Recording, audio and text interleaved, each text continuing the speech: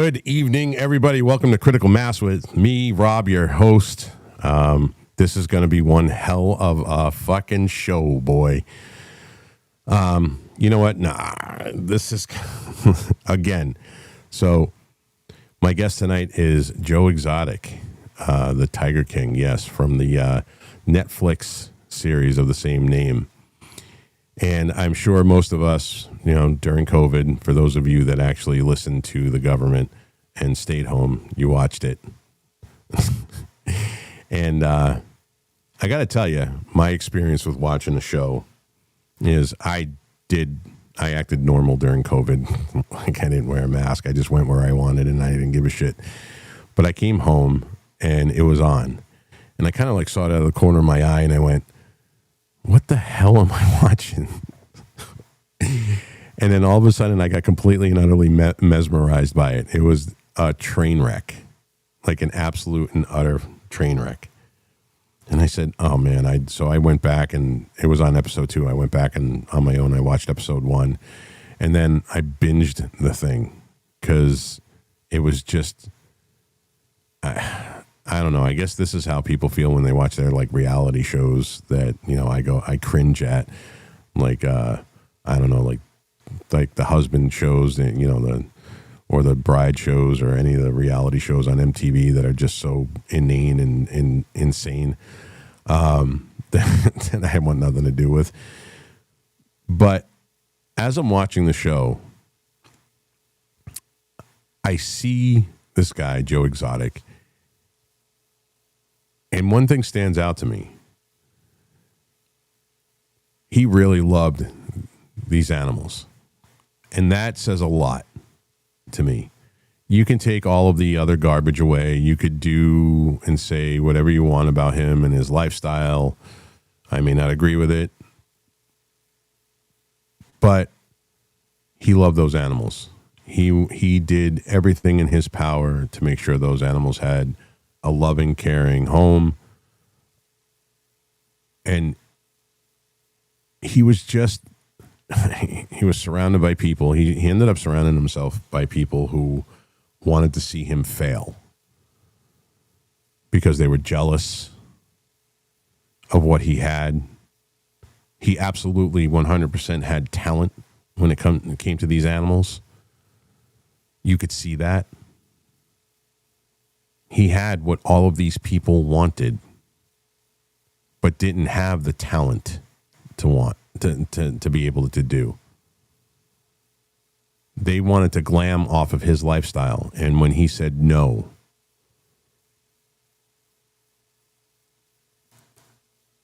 he got screwed for it. I am somebody, my 2 limits in life are you can't mess with children and you can't mess with animals. And I can pick out people that aren't good with animals from a mile away. I see how they treat their dogs, and I know what kind of a human being they are. And again, like I said, I may not agree with his lifestyle, but I could tell this guy loved these animals, and he would sacrifice his life for these animals.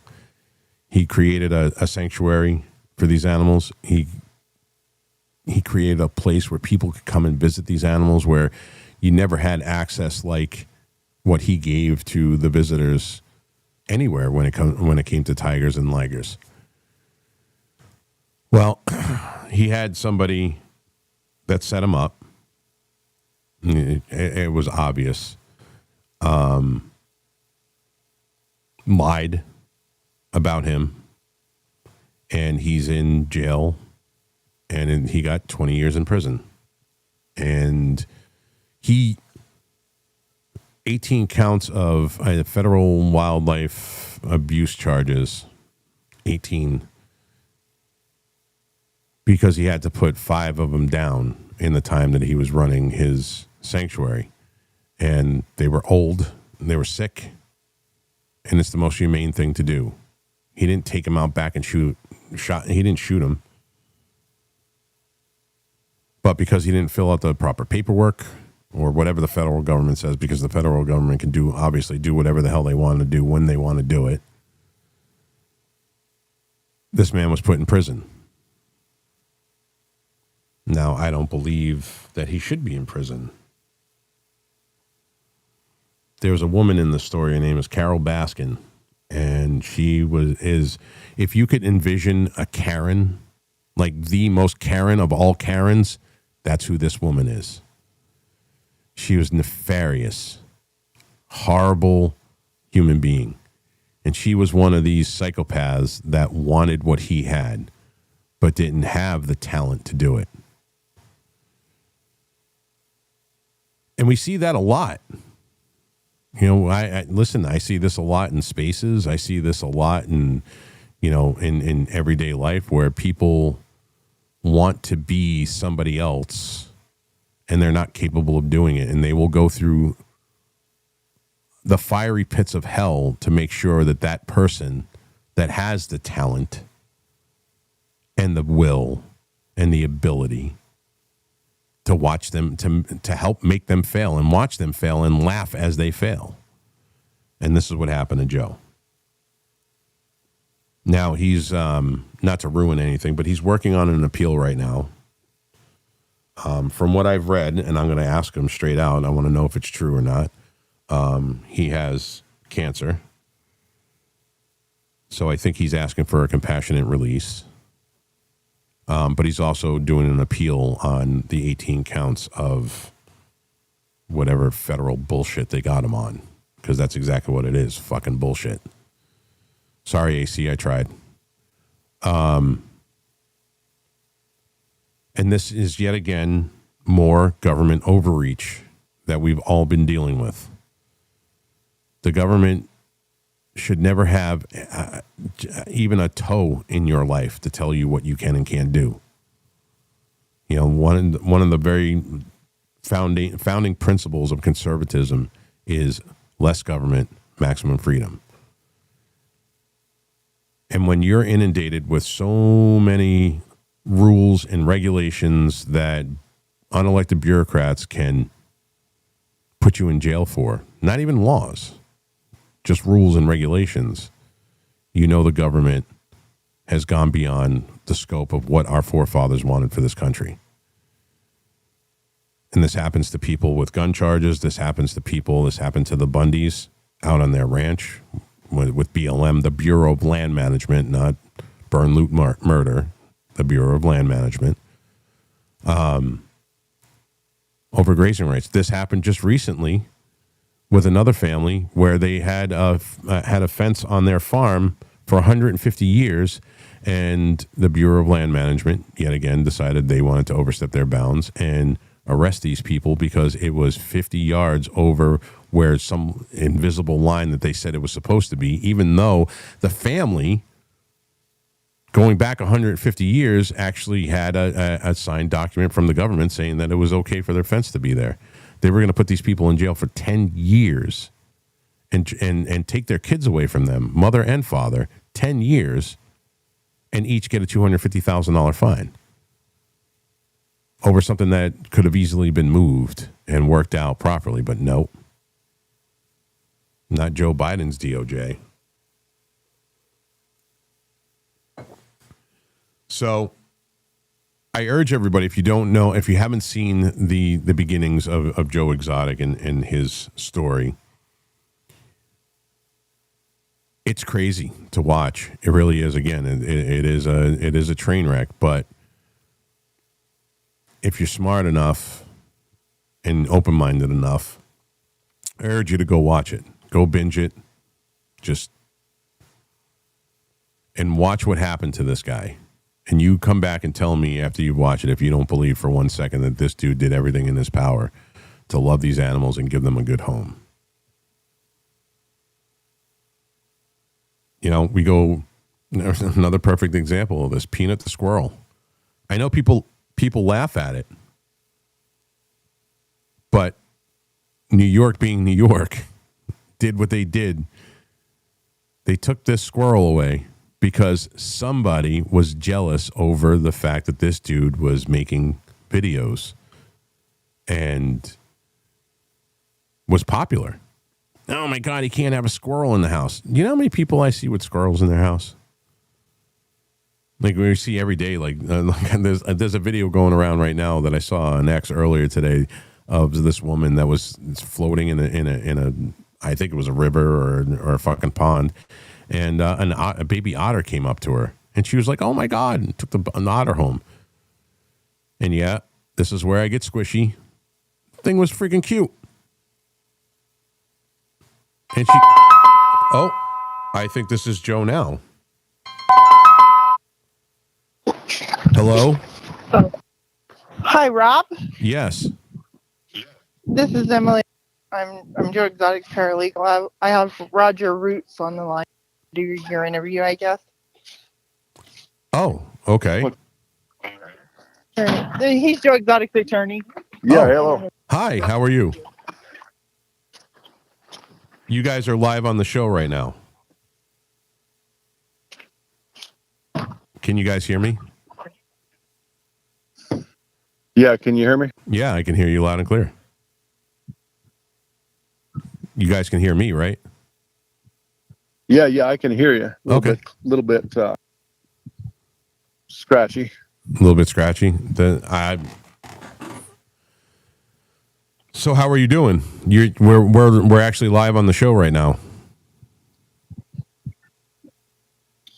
A little bit broken up. I don't know what we can do to fix that. Do you guys have good service where you're at?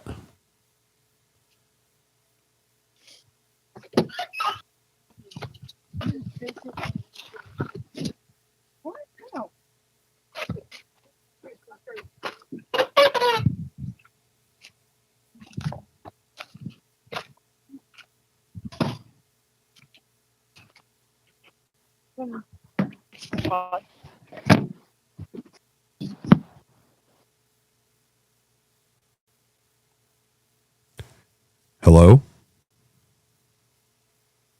Yeah, hello? Hi.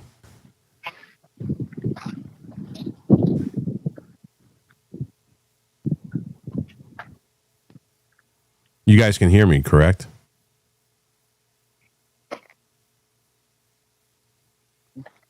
Yeah, can you hear? We can hear you loud and clear. Can you hear me? Yep, loud and clear. Okay.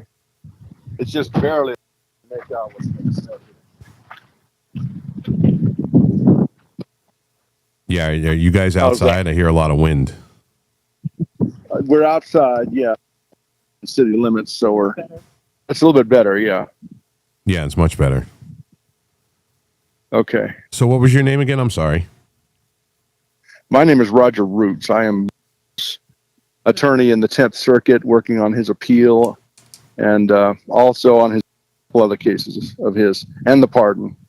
Awesome. All right, Roger, then welcome to the show. We're actually live right now. So we have an X Space going. We have the live video stream, and we're also streaming out to another platform called Chatter, where it's a social audio app. So we have all that going right now as we're speaking, and the audience can actually hear you. All right, sounds. I assume Joe will be calling you.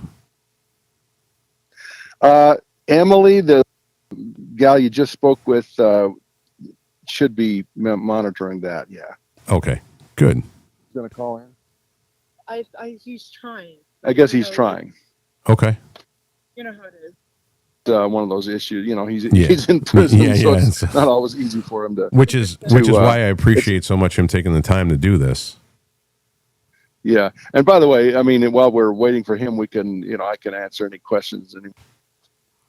Well, in terms of his legal situation. Yeah, I guess we don't want to ruin it to have for the audience, because the questions I have for him, and we have a couple of questions too that are directly for him from the studio audience. There, people are typing in the stream and stuff like that, and from your perspective, I guess I can ask this question and it won't ruin it for the rest of it. From your perspective, how does the appeal? How do the appeals look to you? How does the pardon look? Because we're all. Let's put it this way: I'm very hopeful that he will overturn his entire conviction on appeal, and the pardon won't even be necessary. The pardon's a separate track. he basically he had a motion for a new trial based on newly discovered evidence. The judge at the bottom, the lowest judge, the trial denied that on a couple of grounds. So we appealed to the U.S. 10th Circuit Court of Appeals, which is out of Denver, Colorado. And basically, we have several rock solid issues that I really think should lead to the entire conviction being overturned, a new trial for Joe completely. Awesome. I am definitely in the camp of free Joe Exotic. That's for sure.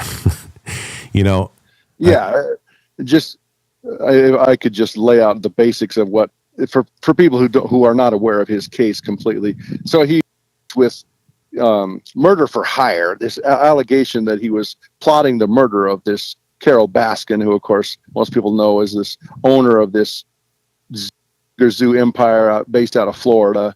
And you could say they were rivals in the tiger exotic animal zoo kind of quote unquote industry. They basically are nemesises. They have entirely different outlooks on regulations and freedom and those kinds of things. Suffice it to say, they had a bitter dispute.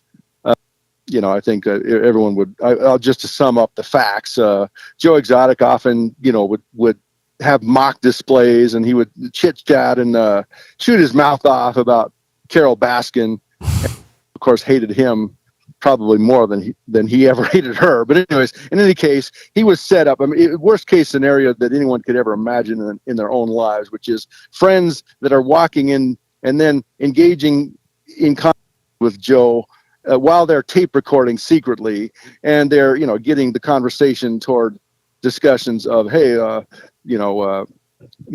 plotting the murder of this Carol Baskin. And oftentimes Joe actually was aware that everything was fishy. He would ask questions. Well, how much would it take? This kind of stuff. And he ended up going to trial and being charged and wrongly convicted of murder for hire. And of course, they tacked on other charges such as animal paperwork improprieties and things, which we can do in great detail if anyone wants.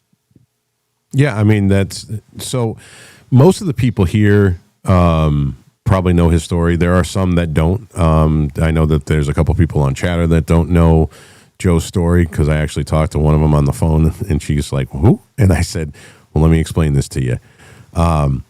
So yeah, I mean, if you want to talk about it and give some people more backstory until Joe gets here, you're more than welcome to, Roger. Okay, well, let me just say to sum up where some of our primary arguments for overturning his entire case and getting a new trial. The main one is that a lot of the government's witnesses, I'd say the most important witnesses against Joe, they have recanted their testimony. In other words, the testimony that they gave at the trial in 2018. And these witnesses have admitted that they lied on the stand, that, all the statements that were recorded were out of context. Pretty much. And by the way, another thing about these witnesses, at least 3 of the witnesses against him lied on the stand about not having immunity. So at the trial in 2018, that was Oklahoma City, Western District of Oklahoma. These witnesses would be asked by their federal prosecutors, are you being promised anything or rewarded in any way for your testimony? They all lied and said, no, we're not. And of course, we now know, they've all admitted, no, they were actually promised that they wouldn't be prosecuted for other things. And so they got away with it because there was no written. So you see, the federal prosecutors are such snakes that they manipulate language and they argue that, well, there was never any written immunity agreement on paper that was signed by the federal attorneys. But what there was even worse. And I argue that it's even worse when it's not written. It's even worse when it's an understanding. And when the witness takes the stand with this sort of wink, wink, hey, if you do what the federal government, what the U.S. Attorney's Office wants, you won't be prosecuted. Wink, wink, nudge, nudge. Nothing written down. That is even worse. And that's a major point we're making in the appeal. Yeah, this is to me what I got when I watched the show is that everybody around him was conspiring to bring him down because of just because of jealousy. I think that's what I got from it. Yeah, Joe Exotic, whose real name, of course, is Joe Maldonado, Yep. basically started with nothing. Who would think that Western Oklahoma would be the mecca? He built the largest tiger zoo empire in North America. At one time, he owned over 200 tigers. Some people say he owned more tiger. 1/4 of the number of tigers in the wild. Oh, he actually owned in his Roger, zoo. he's calling me right now. Okay, good. Awesome.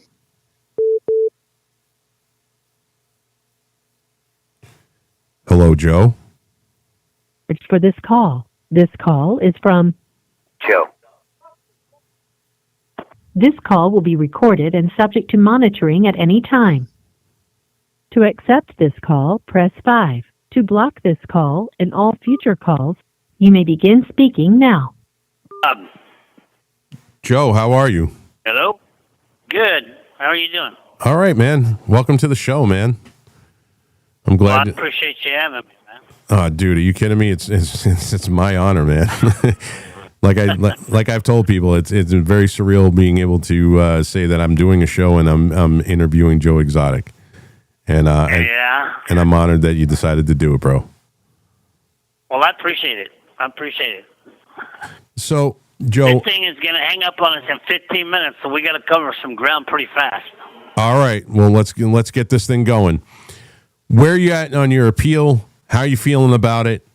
And what does the near future look like to you? Well, I mean, my appeal, I'm on something that they call an en banc right now because the appellate court in Denver, the 3 judges that were on the first panel, denied it. So my lawyers filed what they call an en banc, which is to get it in front of all of the appellate judges in Denver. But, I think that the government is so hell-bent on not losing this conviction, even though that they've got all the evidence that, they admitted to perjury and the evidence was fabricated and everything else. I just think the system is so corrupt that I don't have a whole lot of faith in the appeal myself. Well, we have faith.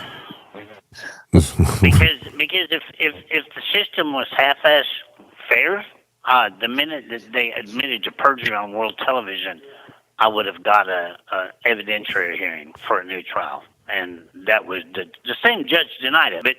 But understand that the judge that me and Carol had as a civil judge with our lawsuits, to each other, Yep. is the same judge I had during my trial and the same judge that sentenced me to 22 years. And the same judge that gave Carol my zoo after he sentenced me. Wow. Yeah. So I don't know if you have yet. Can you guys file for a change of venue to bring it in front of a different judge? Well, we filed for the judge to recuse himself, and he denied that. He denies everything I filed. Well, But before my trial even started, the morning of my trial, I was told by my public defenders that the prosecutors, and the judge all agreed that during my trial, I could not talk about Carol's husband missing. I couldn't talk about Jeff and James sex trafficking or raping girls at the zoo, or the bank fraud and their identity theft. None of that. The jury didn't get to hear but their side of the story. yeah. Well, any of us that have watched, This was set up from the beginning, man. it looked like that to me when I was watching the Netflix special. And these people need to pay for what they did to you, man. I believe that 100%. Well, and the Netflix, the producers, Eric Good and Rebecca Chatelain, they had the evidence of sex trafficking and bank fraud and all that, and they choose to not expose that in the show because they wanted to pass the Big Cat Safety Act. So it was all about making exotic animal people look crazy. I didn't take away from that's that actually pisses me off to hear that, because that's information I didn't know. And but while Yeah, you know, I don't know if you got on my website or not, but on JoeExoticOfficial.com, the videos and the recordings from Jeff and James and Lauren and Alan's phones are there. Because after the government turned on Jeff and them and took his zoo away, then they turned over their cell phones. And we have over 200 recordings of them admitting to rape, bank fraud, all of the copies of the Social Security cards and IDs that they stole from people. It's all there.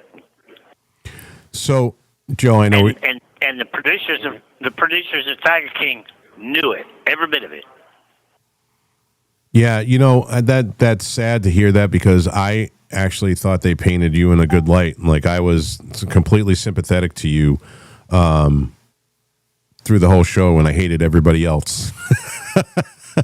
Yeah. You know, Well, you know, I watched it for the first time 8 months ago, and Really? and on a laptop that the lawyers brought in, you know, and I got to watch it, and I was just disgusted with the whole thing, because it had nothing to do with helping tigers, and it had nothing to do with conservation of tigers.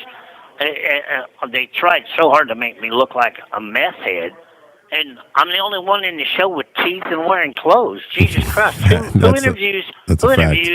Who interviews a hitman in a bathtub? Come on, you know what I'm saying? I do know what you're saying. And This call is from a federal prison. and then Saf, the girl that lost her arm, you know, they could have set her in front of that very tiger cage, because she went to bat against the government to not euthanize that tiger that took her arm off. They could have set her in front of that tiger cage and talked about the plight of tigers in captivity, what it takes to save them in the wild, everything else. But instead, they set her in a junkyard to make it look like the roadside zoo is that junkie. Joe, per our conversation the other night, Wednesday night, you said something to me that really, really, really fucking bothered me, bro. You want to tell? Are you capable of telling the people what you're using for your appeal and why you're doing the appeal with how? Dude, I'm blown away by what you told me. So I don't know if you're capable of telling these people this, but I think they need to hear What do it. you mean? As far as the 18 charges and what they did to the tigers. Oh, okay. All right, look, everybody, and that's probably the part that pisses me off the most is every newspaper and every news article comes out. Joe's in jail for 2 murder for hire charges that he paid an undercover agent $10,000. That never happened. They have it on video where Joe says, you know, well, how much? You know, because I just asked, how much do you charge for something like this? They said $10,000. And I said, look, man, the zoo don't have $10,000. I never offered them a dime. Okay, that's just reporters twisting everything. Yeah. And then they put on there that I'm in here for 18 charges of animal abuse or animal cruelty. They like both of those words. I don't have any charges of animal abuse or animal cruelty, and I have never been accused of animal abuse or animal cruelty by any law enforcement agency other than PETA and Carol. Right? And yeah, I shot those 5 tigers, and I'll do it again tomorrow. Okay, I had a protocol by the vet, by the USDA, who gave me a license to have a zoo to euthanize by gunshot. Okay, because people don't understand. A vet just don't walk in a cage and give a tiger a shot like it does a dog to kill it. You have to tranquilize them first. And this is horrible because those darts are about 8 inches long, and it's got a 14-gauge needle with a gel cap on the end. And it hits that animal so hard that gel cap actually penetrates the skin and gets stuck in their meat. Okay? And meanwhile, the animal is freaking out, crawling on the sides of the cages, running around, raising hell. Okay? And then, depending on if they're fat, if they're skinny, how hyper they are, whether they've been drugged so many times, they're used to the drugs. Sometimes me and Rinky has had to shoot them 5-6 times with tranquilizer darts, 35 cc's of ketamine and metatomidine. Then for an hour, they're puking, having convulsions, Ugh. seizures. Dude, it's That's crazy. horrible. Okay? That is horrible. But people don't understand that because nobody ever tells them the truth. Okay? Right. I got those tigers. And keep in mind, I raised these tigers for 23 damn years, okay? These are my kids, all right? But you either make a choice in the animal world, you either put them down and listen to people bitch because you put them down, or you keep them alive, and then you get animal cruelty charges because you're exploiting a sick animal for money. Okay? PETA made it a habit of making sure that either way you got screwed, because we had a bear that we tried to save one time, had just a cut on his back, and bears itch against the cages and whatever they can, you know? Yep. And we had that bear sewed Kinda up like I 3 do. times, and that damn bear scratched against the concrete house and got them stitches open all the time. So it was only about a 6-inch cut on his back. Okay, well, PETA raised so much hell about us keeping that bear alive that the state of Oklahoma came and killed that bear.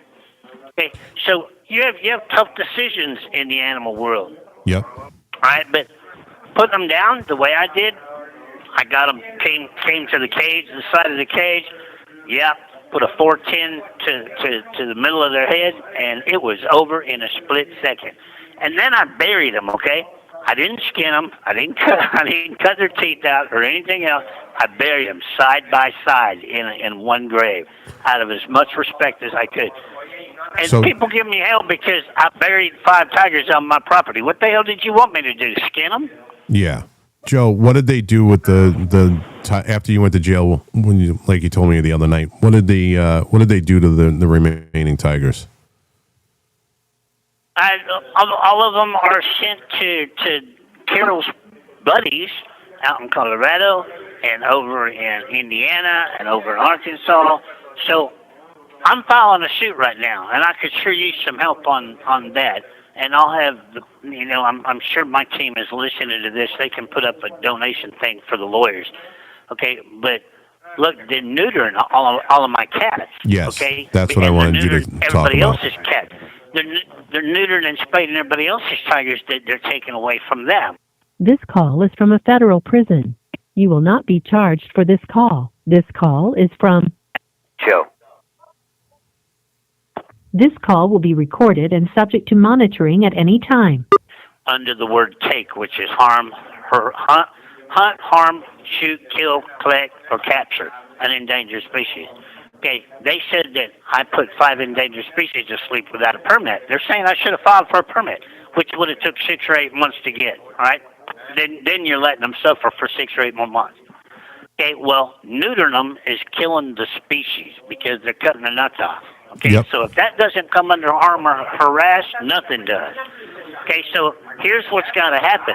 They either got to follow the same laws, which means they can't have lions in Colorado where it snows 7 months out of the year because they're harassing them and harming them for not having them in their own environment, and they can't neuter and spay just for the hell of it, or to claim that it prevents prostate cancer, because that's crap. All right, because that's killing the species. So they're either going to have to follow the same playbook that they want us to follow, or they're going to have to admit that they don't belong on the endangered species list, because Black Pines came out with a public post that my people got for this trial that said, oh, wait, we can neuter Joe's white tigers because they're man-made. Bullshit, dude. One of the Yeah. tigers that I'm in prison for that I put to sleep was man-made then. Okay, so if they're man-made, they can't be endangered. If they're generic and they're inbred and they have no conservation value and you want to neuter them, they're not endangered. Correct. Yeah, that's what I was kind of getting you to So talk about. we're gonna make them. We're gonna make them play by. We're gonna make them play by their own playbook. So this And is whether I can't lose this lawsuit. Okay, I either win because they have to stop their practices of raising money to neuter cats when they don't need to be neutered, or I win because these animals come off the endangered species list and somebody has to drop 18 of my charges and we all get our cats back. So what is your appeal? I mean, that's what your appeal is about. Now, you're also asking for a pardon too at the same time. You're asking President Trump for a pardon. I'm asking for clemency, right? Clemency, because clemency is just commute my sentence to time served. Let me put this behind me, because if the president can become a president with 34 felonies, I can become a president with 18. Joe. So I read something somewhere, and I want you to put this to bed. I want you to put this to bed for me. Make it us. real fast, because Yeah. this thing beeped, which means it's going to hang up. All right. So I read that you are suffering from cancer right now. I do. I have prostate cancer and lung cancer. I'm still waiting for my PET scan results to come back that I took last month. I have lesions on my liver, and I have a tumor on my right kidney. So, yeah, my health is in bad shape, and I get blood transfusions every month. So, I just need people to be vocal and help get me out of here. Free Joe Exotic everywhere you can.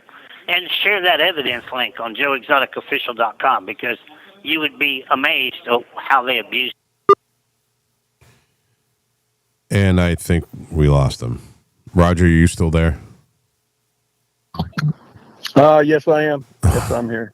That's a shame, because when I was talking to Joe the other night, he said he might be able to stay on longer after if we actually did it. Yeah, it's always a from the problem. payphone.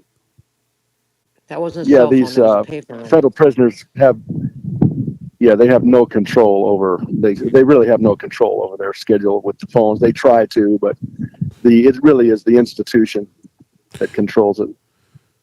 Well, I don't know if you're willing to stay on for a little while longer. We have a lot of people in between all of that might want to ask some questions. If you're capable of answering them, that would be great. I'm sure you know as much. I can stay on for. Okay. Sure. I can stay on for a few minutes. What the pardon that you're asking for a pardon from President Trump? What is the basis for your pardon? What are you asking President Trump, and why? Well, he just mentioned all of his health problems. Yep. Well, actually, we're actually arguing that his case really justifies a commutation based on the facts, based on the evidence, based on the fact that the accusing witnesses have recanted their testimony. Even if the court process, we've lost at the lowest levels on that argument, but even if the court process has denied us on those arguments, at least thus far, nonetheless, I think anyone would recognize, certainly President Trump would recognize that reasonable minds can certainly disagree, and I think it's very controversial. His entire conviction is very controversial, to say the least. And I would argue that it's very clear he's wrongly convicted. But even for someone who would argue that he was not wrongly convicted, or that he's guilty of something, even they would admit, hey, the evidence is actually pretty darn weak. So even the U.S. Attorney's Office, I think, would acknowledge this is about the weakest case of so-called, quote, murder for hire in American history. And then you look at these other, he just mentioned he was convicted of violating the Endangered Species Act by killing 5 tigers. Every single one of those tigers was lame, crippled, elderly. Every single one of them needed to be put down. And I think anyone who owns a pet, a horse, cat, dog, anything, understands that, you eventually have to put every animal down. That's just the way of nature. They don't live forever. So he's an innocent man, wrongly convicted. Yeah, and so then you add the fact that he's also has terminal cancer. He's terminally ill. He has chronic conditions, and I listen. I think Joe, we would be willing to argue for anything in terms of getting him out so he can rebuild a little bit of a semblance of his life. All that Netflix series that you mentioned made millions of dollars for Netflix. He lost everything. Joe is in there flat broke. He has no money. Like I said, he started from scratch, built the largest tiger zoo empire in North America, maybe in the Western Hemisphere. I'm not sure. And, he has nothing. So Netflix, millions of Americans benefited from watching that series and being entertained. He got nothing, and he's just sitting in federal prison wrongly convicted of crimes he did not commit. All right, Roger. I know we have a social audio app called Chatter, and I'm told that there are. Oh, I'm getting another call. Hold on one second. That should be John Rinke. Hello, Hello. this is Rob. Yes, it is. Rob, this is John Rinke. I hear y'all lost Joe. Yeah, we lost Joe. Are you still on your live or? Yeah. Oh, yeah. We're still live right now. We're live on X. We're live on the actual show, the live show, and we're also on another platform called Chatter Social. All right. Anything I can help you with?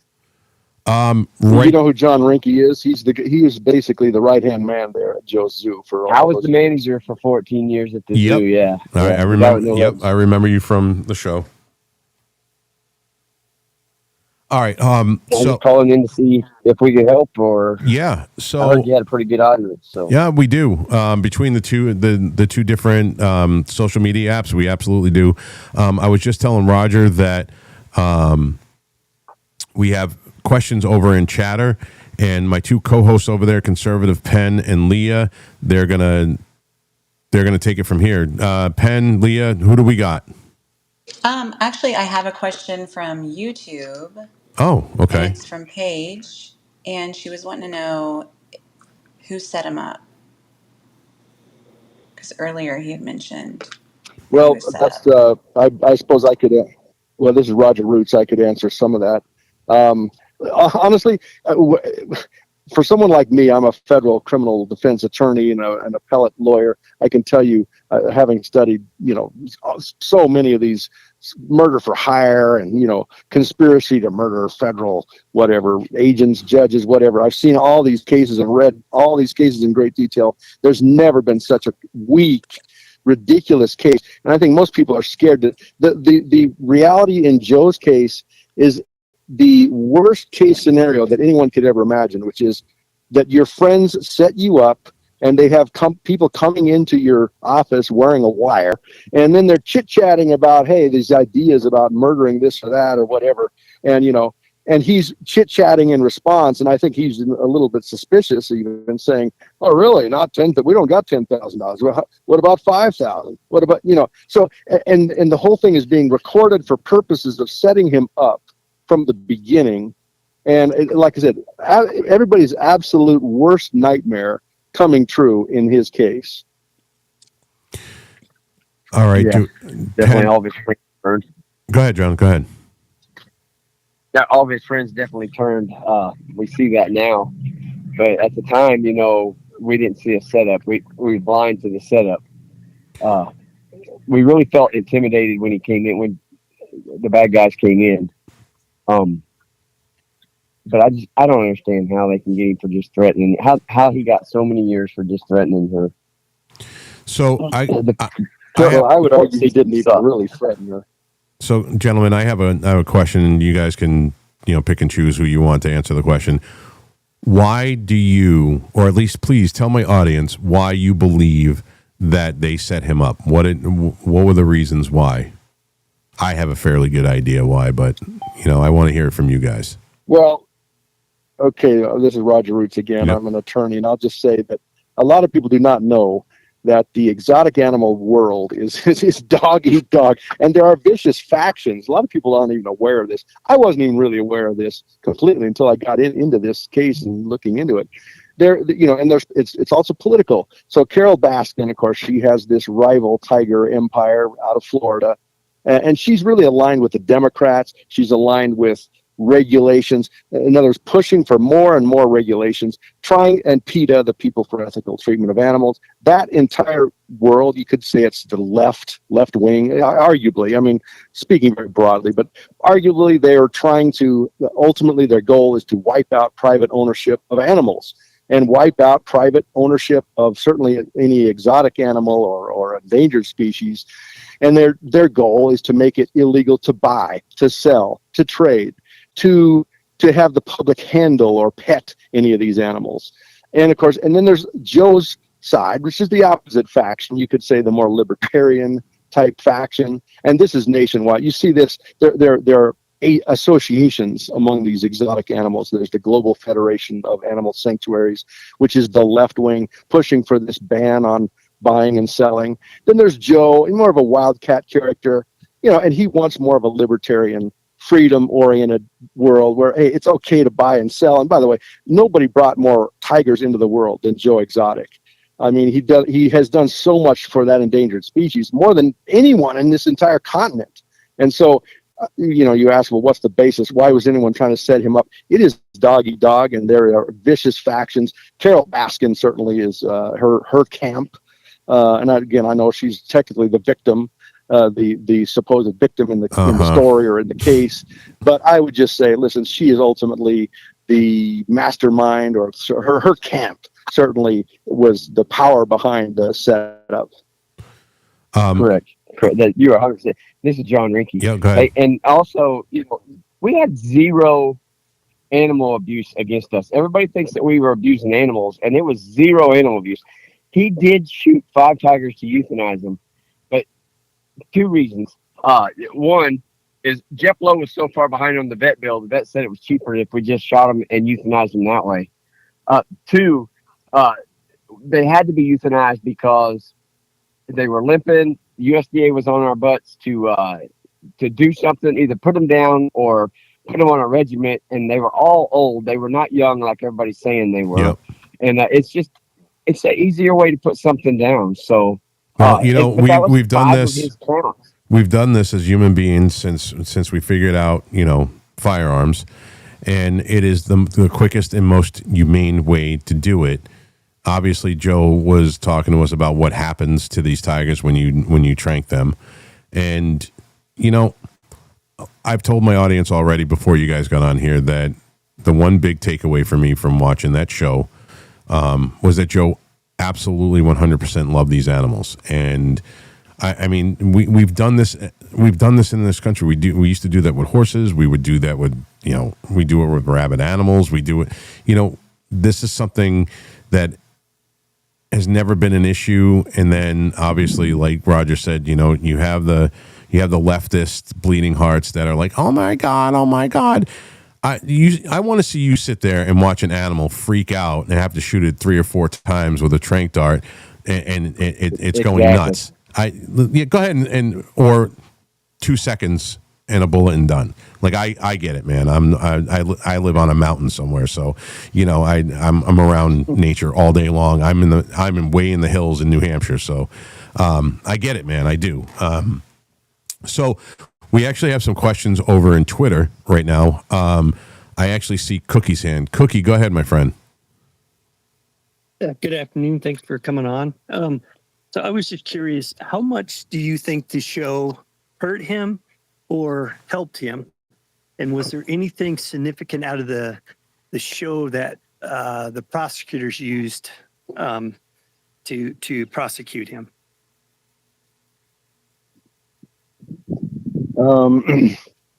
Well, John Rinke probably knows more about whether it hurt or helped. I'd say it absolutely hurt.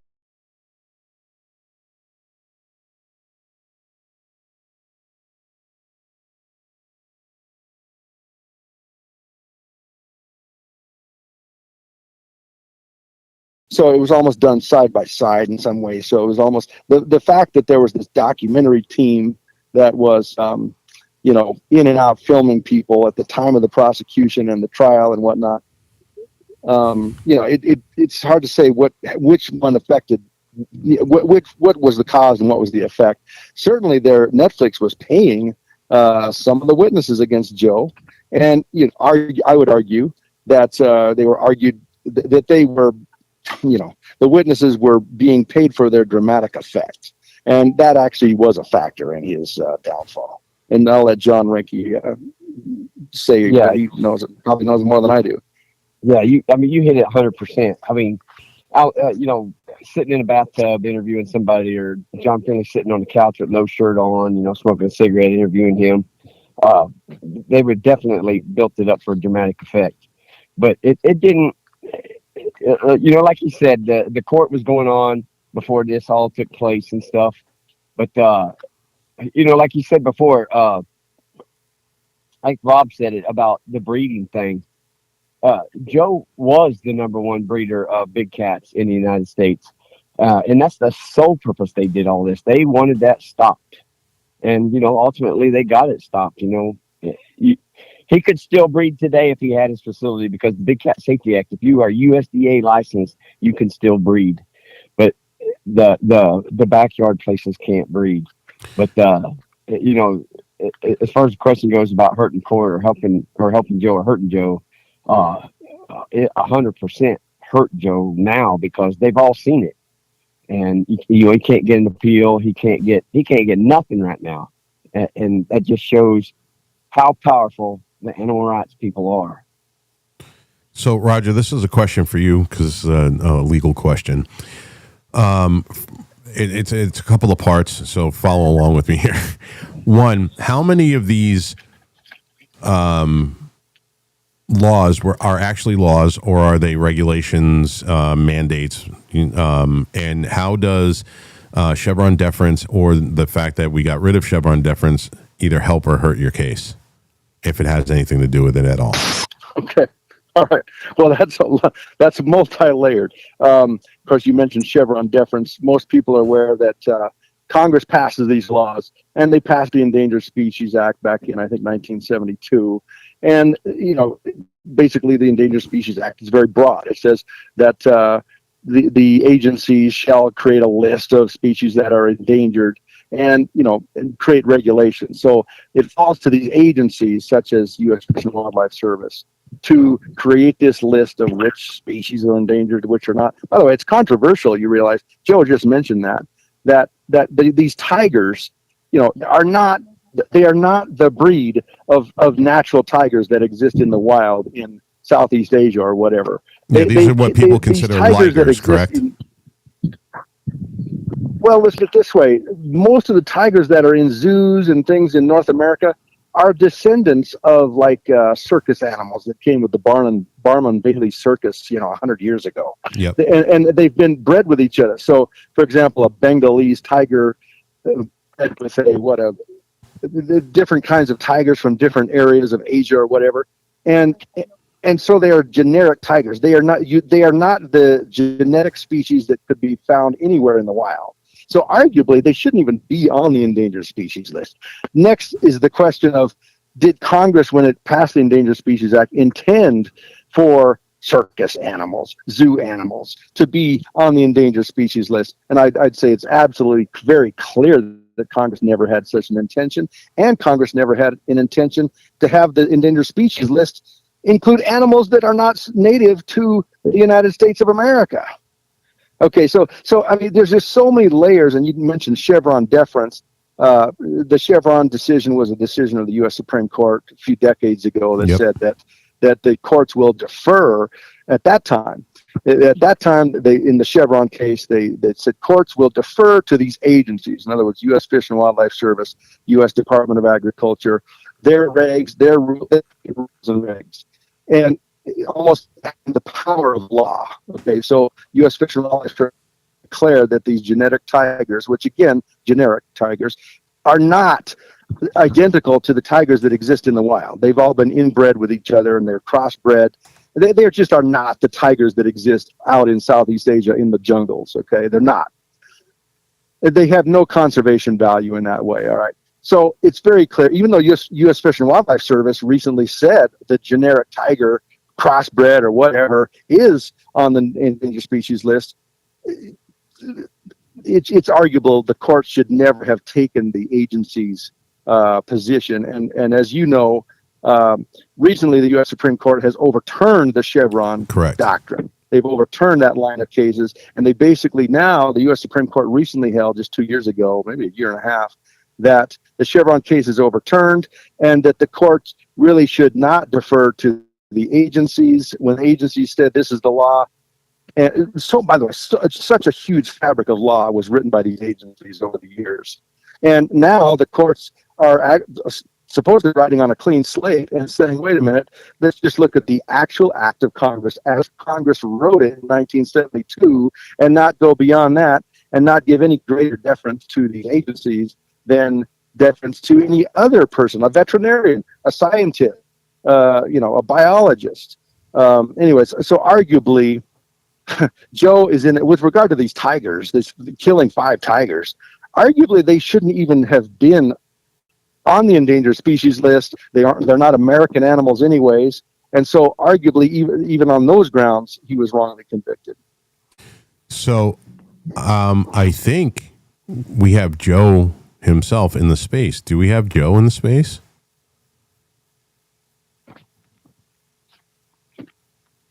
I see him. Yeah, I brought him up as a speaker. Joe, when you're ready to speak, if you can, just unmute your mic and have at it, my friend. I'm not sure that he'll be able to speak, but he wanted to be added to the space. Okay. That way his people could come in and just be able to see everything going on, Okay, great. like from his account. Penn, question for you. There is another question. I know there's another question. What is the question and who is it from?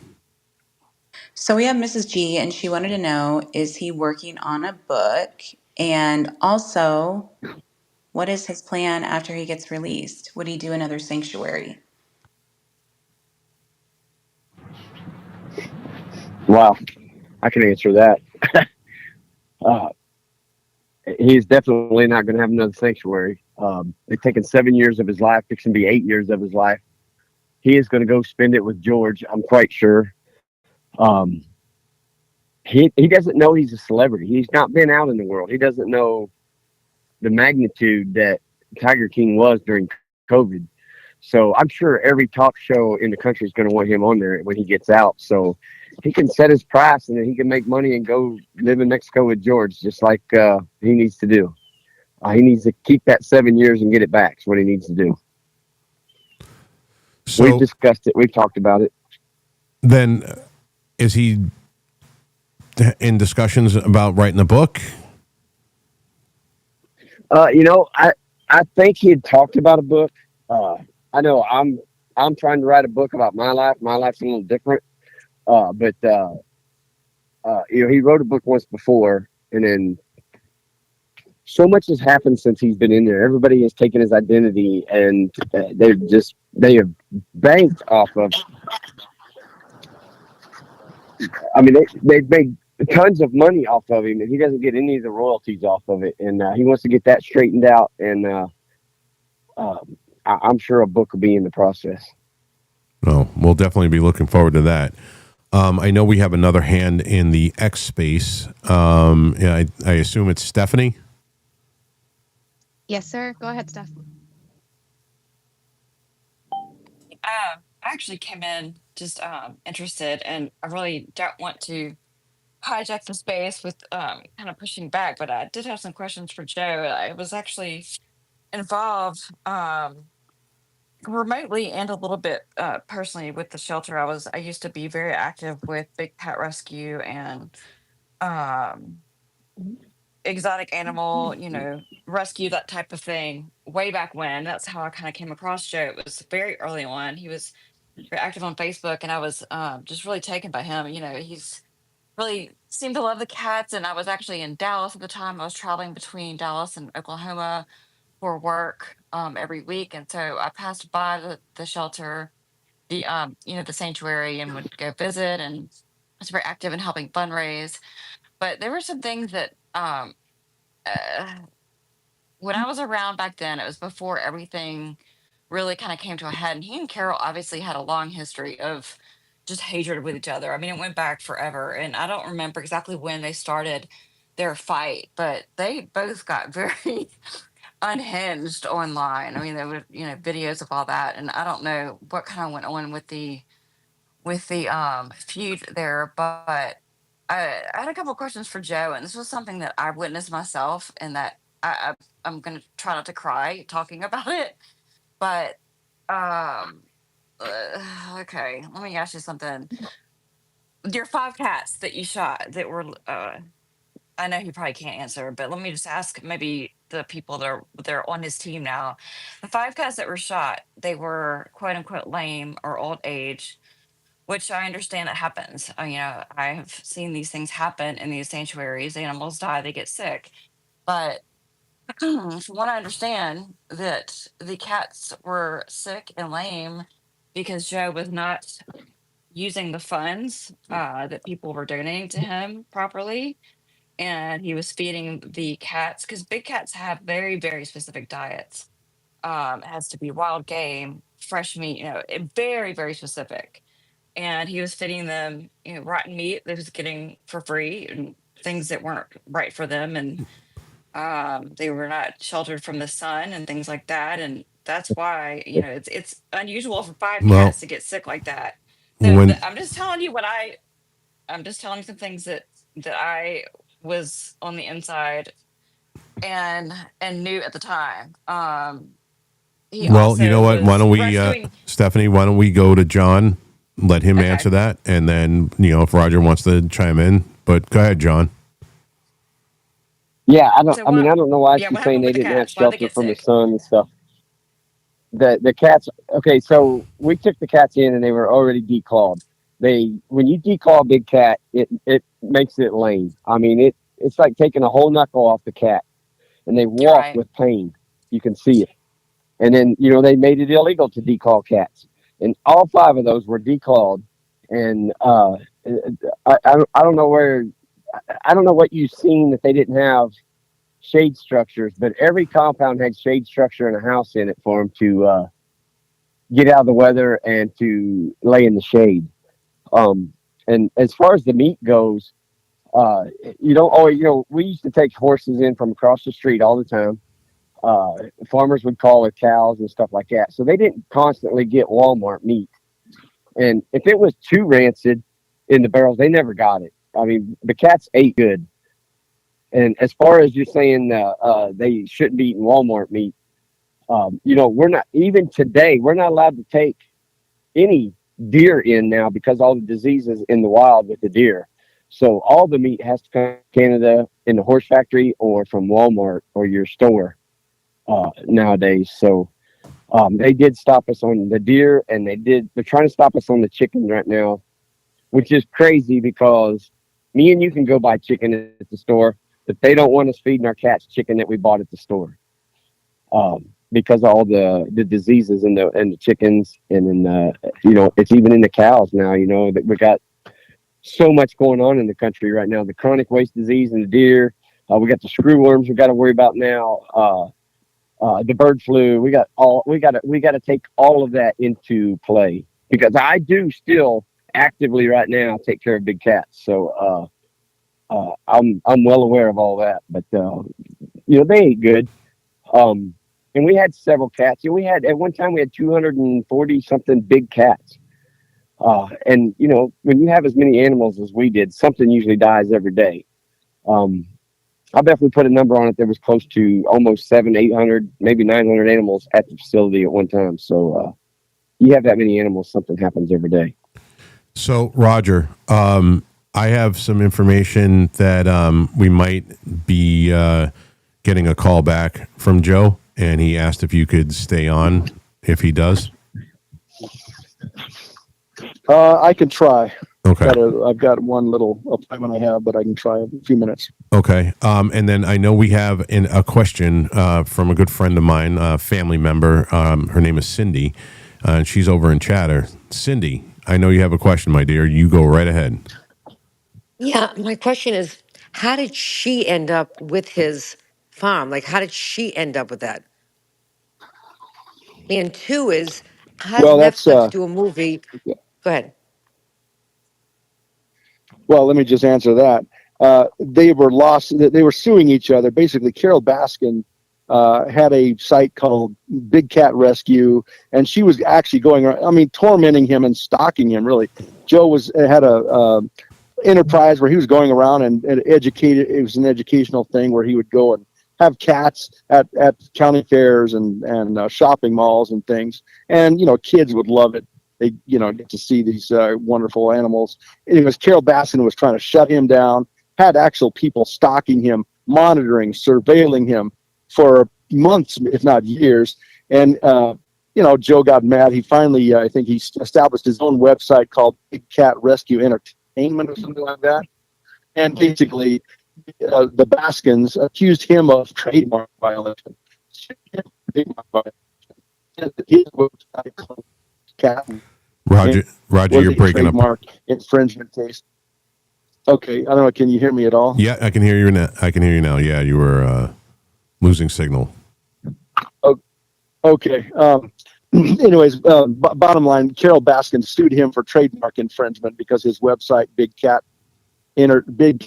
Rescue Entertainment, she claimed was stealing her intellectual property, Big Cat Rescue, and she won a $1 million. It was $2 million. $1 million judgment against Joe, and basically at that point it was a lien on his zoo and created lots of financial distress. Ultimately, he collapsed. It's sort of a complicated story, but he more or less sold the zoo to Jeff Lowe, another player in the case, and another guy that was featured in the show, as many people will recognize. Yep. So basically, ultimately, Carol Baskin got the zoo and put the zoo in liquidation, sold it for pennies on the dollar, and really just destroyed him financially.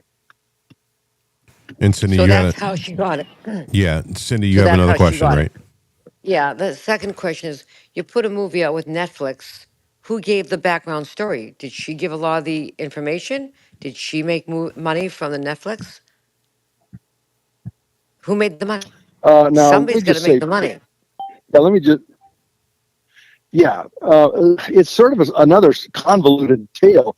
Joe himself had been making video for years. He himself had a show, and a lot of that video that everybody saw on the Tiger King series was video that Joe's production company had made over the years, and they just basically acquired it and then used a lot of that film footage and basically edited it, created their own narrative, their own story.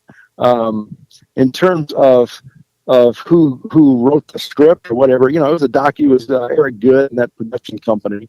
I don't think Carol Baskin came off very well in the series. No, she did not. I think she's sort of, No, she didn't.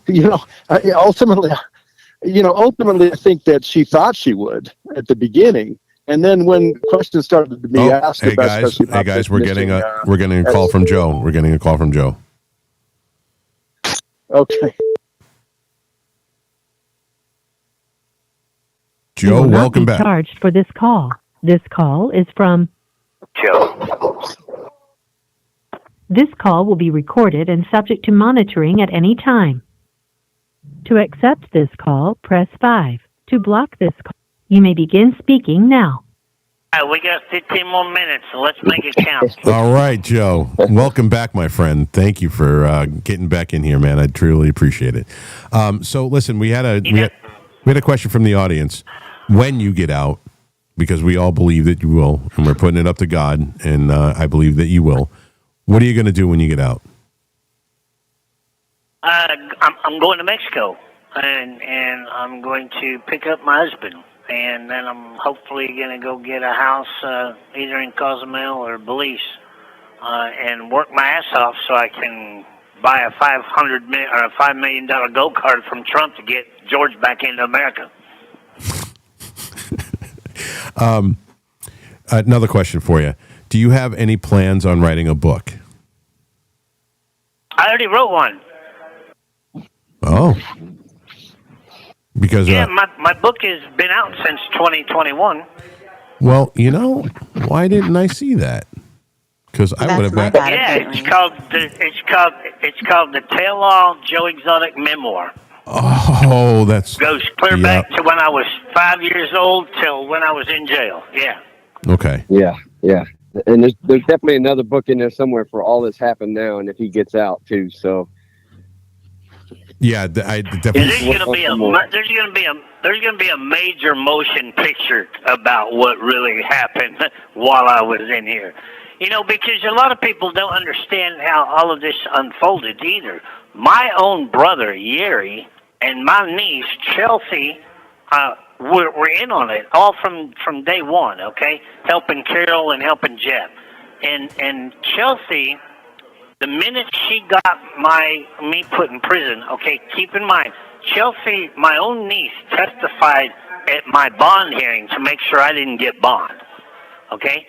And then the minute she kept me in prison, in jail, she got my power of attorney away from me from my mom and dad, because I had my mom and dad's power of attorney because I took care of them every day.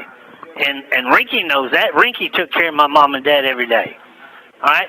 And the minute she got that power of attorney away from me, she put them two old people in separate nursing homes instead of leaving them at home where I had them, so they couldn't communicate, okay? After 65 some years of marriage, they got put in separate nursing homes, only so they couldn't communicate. And then Chelsea took their house, their land, all of the mineral rights and land my mom had in Kansas. Chelsea put her name on all that stuff, and then she signed the zoo over to Carol and made a deal with Carol that if Carol left her alone and didn't come after everything else Mom had because she was suing Mom, Chelsea would give Mom the zoo. So the exact same judge that sentenced me, tried me, and everything else signed the papers to agree to give Carol the zoo. That's how Carol got my zoo. It's fucking ridiculous, Joe. Yeah, and you know, the whole time I was at the zoo, I never met Yuri. I never seen Yuri. Yuri never came around. I've never seen my own brother since 1997. Yeah. But he was so hell-bent and so jealous on my mom and dad spending their inheritance on building that zoo, because they loved that zoo. And they helped build everything, okay? And my brother was so jealous that he wasn't going to get his share when Mom and Dad died that he helped Howard put me in prison over it. So, Joe, are you interested? Is there talks about doing another TV series? Has Netflix or anybody ever approached you to do that? I want nothing to do with Netflix. Nothing. This call is from a federal prison. I have my way. Eric Good and Netflix need to have criminal charges put on them for all of that cash they paid out, and nobody paid income tax or reported all them hundreds of thousands of dollars they paid to get people to talk shit.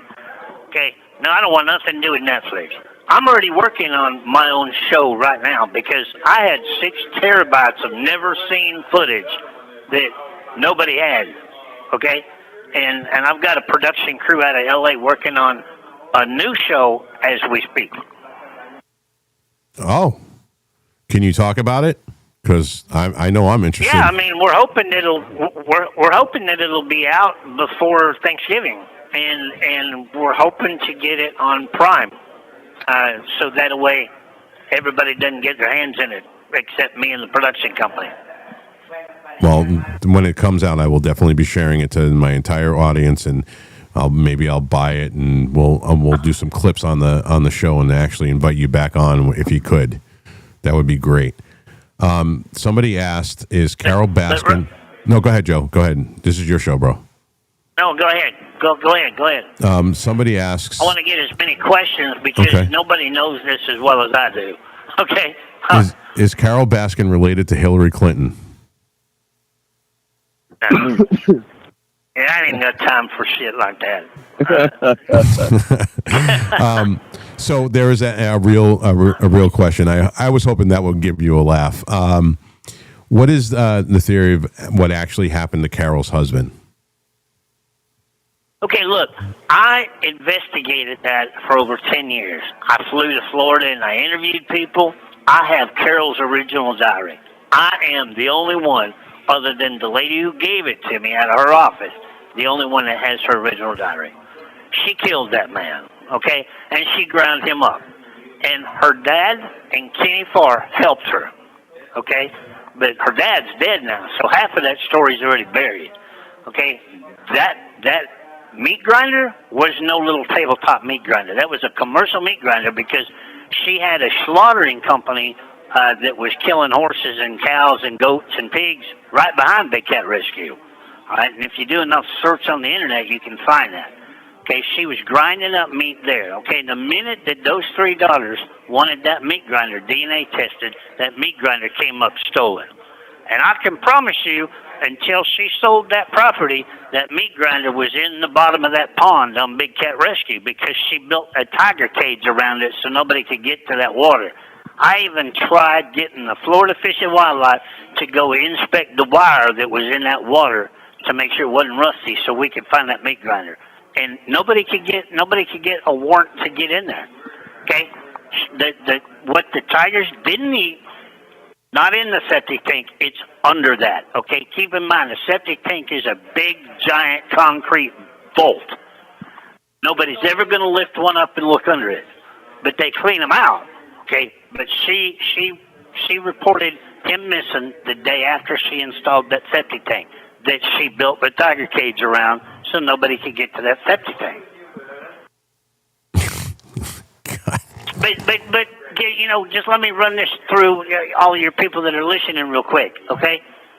She designed his power of attorney because on the second page, and I have all this, on the second page it says this instrument was designed by Carol Lewis, okay? She designed it. In the first sentence it says, in case of my disappearance. Who the hell does that? How many people do you know that doesn't put upon my death or something? Who the hell disappears? Okay? Then she filed it in 1997 to make it a legal document. Then 3 months later, she reported him missing. Okay? Then 4 years later, she had him declared dead in a federal court and collected over $6 million. All right? So now in Netflix, the sheriff says that he proved that Don's signature was forged. Okay, well, if Carol designed it, Carol signed it as a witness, Carol filed it, she had to watch him sign it, right? Yep. Because she signed it as a witness. So if it's forged, she knows who forged it. Okay, then what? After Tiger King comes out and the entire world sees that she killed him, then she comes up and says, oh, well, Homeland Security told me that he's alive and well in Costa Rica. All right, bitch, if he's alive, return the $6 million to his daughters, because you can't have your cake and eat it too. So, Joe, we have another question from the audience. Listen, man, dude, I love this. This is great. Do you plan on any legal action against Carol when you get out? I don't know if you do and you can't talk about it. That's fine. Dude. You're done. Now, the minute I walk out of here, I never want to hear the word Jeff, James, Carol Baskin, Howard, my brother, my niece. I'm leaving. Okay. I've already forgave all these people for what they've done because karma's a bitch, and Eric Cowie is the first one to have gotten karma because they found him dead in New York. You know, God will take care of them. Will I ever forget what they've done to me? Absolutely not. But when I get out of here, nobody's going to talk to me about social media. On social media, they're not going to. I'm done. Okay. I'm glad she sold her property for $19.5 million because that's her end game. That was her goal, was to get rich off of tigers, and she did it. This call is from a federal prison. That's a very positive outlook. No, I'm not.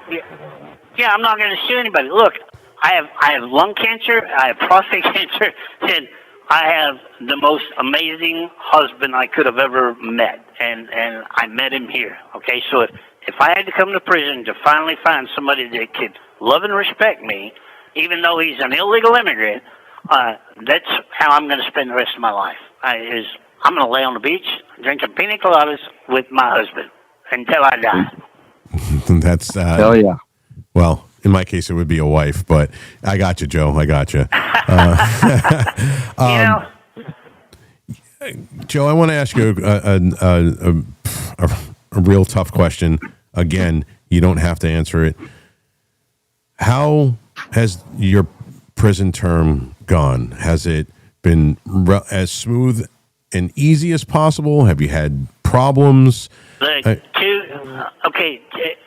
Tiger King destroyed my life in more ways than one. Okay, when Tiger King came out, okay, the prosecutors didn't want me talking.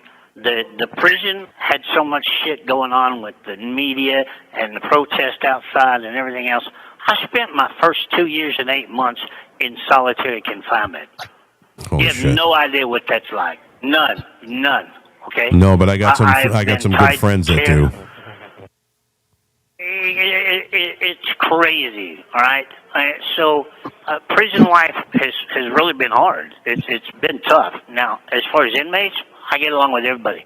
My cellie next to me in Butner when I was going through cancer treatments was Ted Kaczynski, the Unabomber. I have Holy been shit. in isolation with the head. I've been in isolation with the head people of the Sinaloa cartel. I get along with everybody, and I say that keep in mind my friends I have nowadays. Okay. Okay. You think I had connections before? I got a lot of connections now. I bet, Joe. I bet. But it is. It's tough because the system doesn't care about you. If I die of cancer tomorrow, they already got somebody waiting for that bed because they're out there arresting people faster than you could ever imagine. Yep. I know that all too well. I'm an advocate for the Second Amendment, and when I see things that happen, like what happened to you, to people in my community, I know exactly what. But you know, Rob, what's the problem of why President Trump, after being charged 94 times, indicted 94 times, and convicted 34, and luckily he became president before the other trials came about because he'd probably be convicted of a whole lot more. You know, as bad as he knows how this system is, and they got on world television on season 2 of Tiger King and admitted not only to perjury, but Alan Glover took them to the zoo and showed them how they were going to kill me if putting me in prison didn't work. Why am I still here?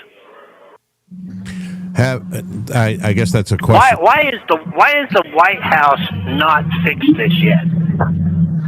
And I would imagine you probably got some senators or representatives listening to this because I've been in direct contact with Eric Burleson and Representative Boebert and a bunch of other people. And that would be the question I have for any senator or representative that's listening right now is ask Trump, why the hell am I still in here when they all admitted to perjury? And why has nobody been charged with perjury? The system is never going to get fixed until we start holding people accountable to fixing it. Well, we have to get rid of all of these liberal judges, first of all. That's a big thing. Well, first of all, you got to get rid of federal appointed judges. Federal, yes. You got to hold them accountable by the people, and they have to be elected, just like the president has to be elected. Because next term you get a Democrat president, he's going to appoint more Democrat judges. We're never going to fix it until the people are in control. That is preaching to the choir, brother. Going to hang up on us again, Rob. I don't know how long you're going to keep this going, but I can only do phone calls every 30 minutes. I got you, man. Listen, I'll keep it going as long as I can, as long as Roger's here and we still have people in here. And there we go. When we lost them. I was just getting close. Go ahead, Penn. Gunther is resharing the space, so hopefully we'll have a lot more questions. Oh, all right, when he cool. comes back in. All right, Gunther Eagleman is sharing the space. Absolutely, that's great.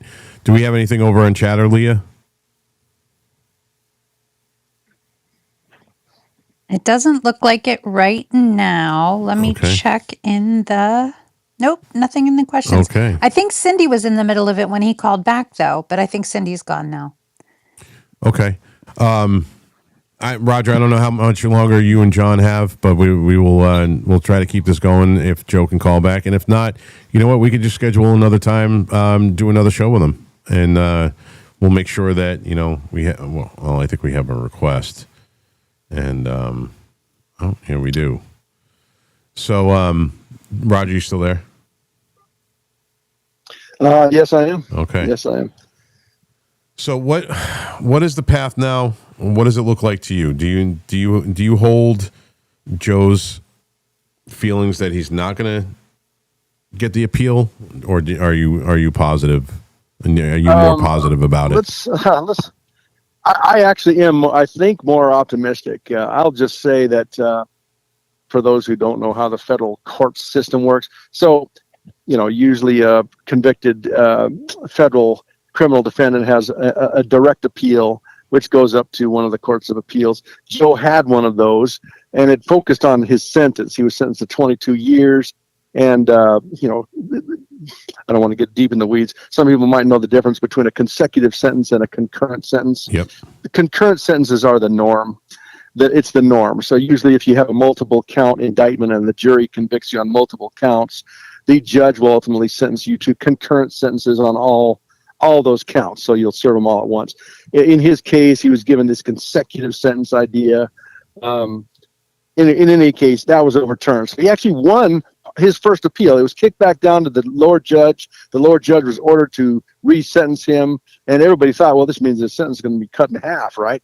Well, no, that same judge, and of course you heard Joe doesn't have much, doesn't care for that judge. Now, I'll just say this: that judge more or less overturned the overturn and sentenced him to 21 years instead of 22 years.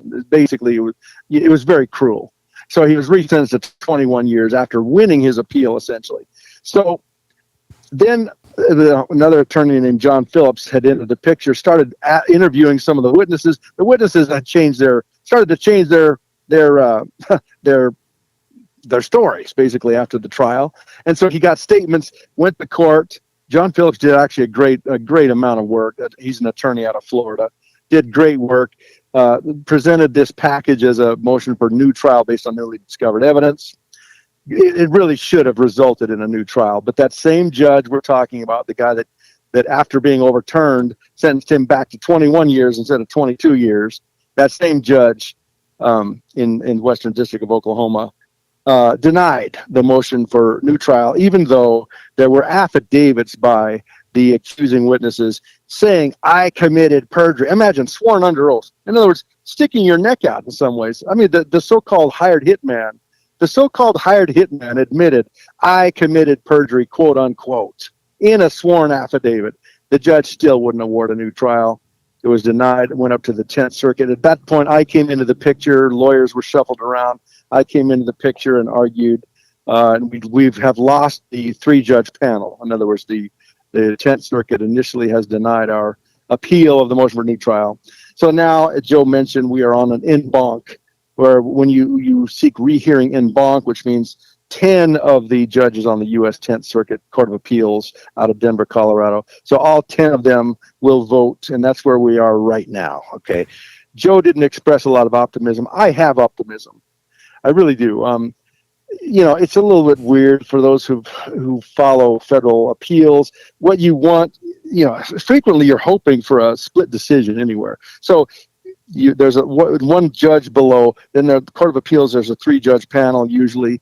The rate of overturning convictions is under 5%. Yep. Sometimes a good lawyer is hoping that there'll be a 2-to-1 split.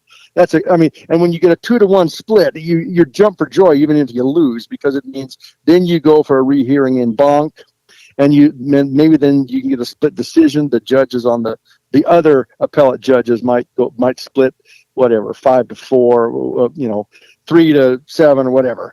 And ultimately, there's always the U.S. Supreme Court. You might seek a petition for certiorari to the U.S. Supreme Court. I'm actually very hopeful, and I believe we've laid out a case. John Phillips laid out a case. The witnesses have changed their stories, filed sworn affidavits under oath saying, I committed perjury. What I testified to back at that trial in 2018 did not happen. So I cannot believe, honestly, that he has not gotten his new trial, and he really should get it. So, Roger, I got a crypto. Thanks for coming up, brother. I'm sure you have questions. Yeah, can I ask? Yeah, go ahead, man. Just one question. Sorry, I'm in the gym.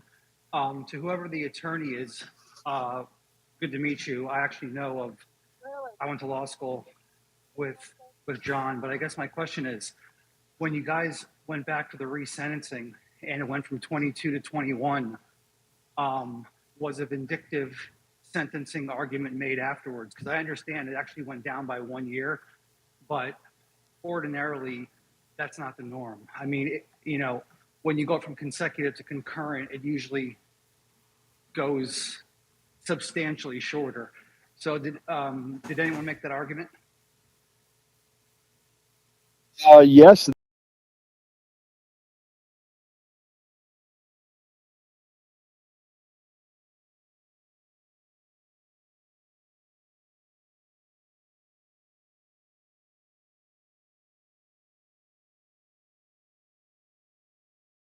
Was denied, so he lost that appeal. Okay, thanks. Well, good luck on the en banc. I'm not sure if you have it yet, or if if they're going to vote on it and if the majority is going to give it to you. But hopefully you guys get it.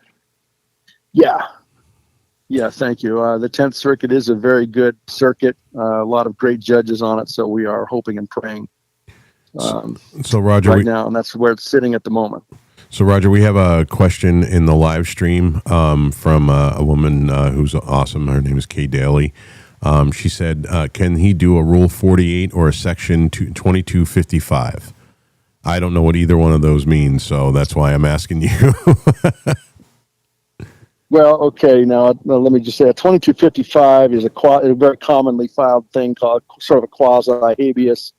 Frequently, it's not to get too deep in the weeds, but that's where, after you lose your direct appeal, frequently then the 2255 is it's 28 U.S. Code Section 2255, where an inmate will frequently then argue ineffective assistance of counsel. So after they've lost their appeal, they will then turn on their lawyer, and it's a last-ditch effort. The rate of success on those is not high. I Joe think I has might be filed. Let me think about this. Roger, I think I might be getting a call from him right now. Hold on one second. Okay. Hello? Yeah, it's Ricky again. Oh, all right. Hey, John. Okay, Roger, go ahead. I just got cut off. I don't know what happened.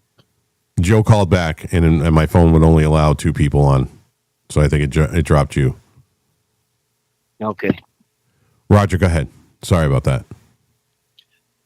Yeah, so I believe Joe has filed maybe at least one 2255. In fact, I've appealed one of the denial of one of those. He did argue ineffective assistance of counsel regarding one of his prior attorneys. There was one issue where there was actually one of his convictions that was so blatantly false, where at trial it was said that he had sold a tiger cub to one individual, a man who his name was given at the trial, and that man wasn't even, he was 1,000 miles away on the date that he supposedly bought a tiger cub from Joe Exotic. And so he did file a 2255 on that issue. That same judge, and I don't want to name the guy, the same lower judge in the Western District of Oklahoma, that same judge said, no, you didn't file, it didn't have a notarization on it. So, little things, these judges will use anything. If they, it's true. If a judge can pretty much, if he wants to throw your case or get it dismissed or whatever, dismiss your appeal, they can come up with something. And it was, in that case, they said, oh, he didn't get it notarized. I mean, come on, one of the counts that he's convicted of is so obviously false, but the judge just, he didn't put it in the right form. So, Roger, I don't know how much power they have for this, but I do know that they're both supposed to be working on the J6ers. But have you gotten this in front of Harmeet Dillon or Ed Martin? And if they're capable of even helping in the situation? Of course, Ed Martin is the pardon attorney right now under Trump. Right now, he just became the pardon attorney. So yes, it is. He has a petition for clemency in front of commutation of sentence. Essentially, he's hoping to get out. Clemency means not necessarily a full pardon, but means release from prison. It's in front of Ed Martin on a petition for commutation right now. So, are you going for a compassionate release or just a commutation or full pardon, or is it part and parcel? Or is it one and the same? Full pardon or who's applied for full pardon? I believe they're seeking full pardon. Actually, we're seeking both. So we'll hope for the best. If we get commutation of sentence, that of course we'll jump for joy at that as well.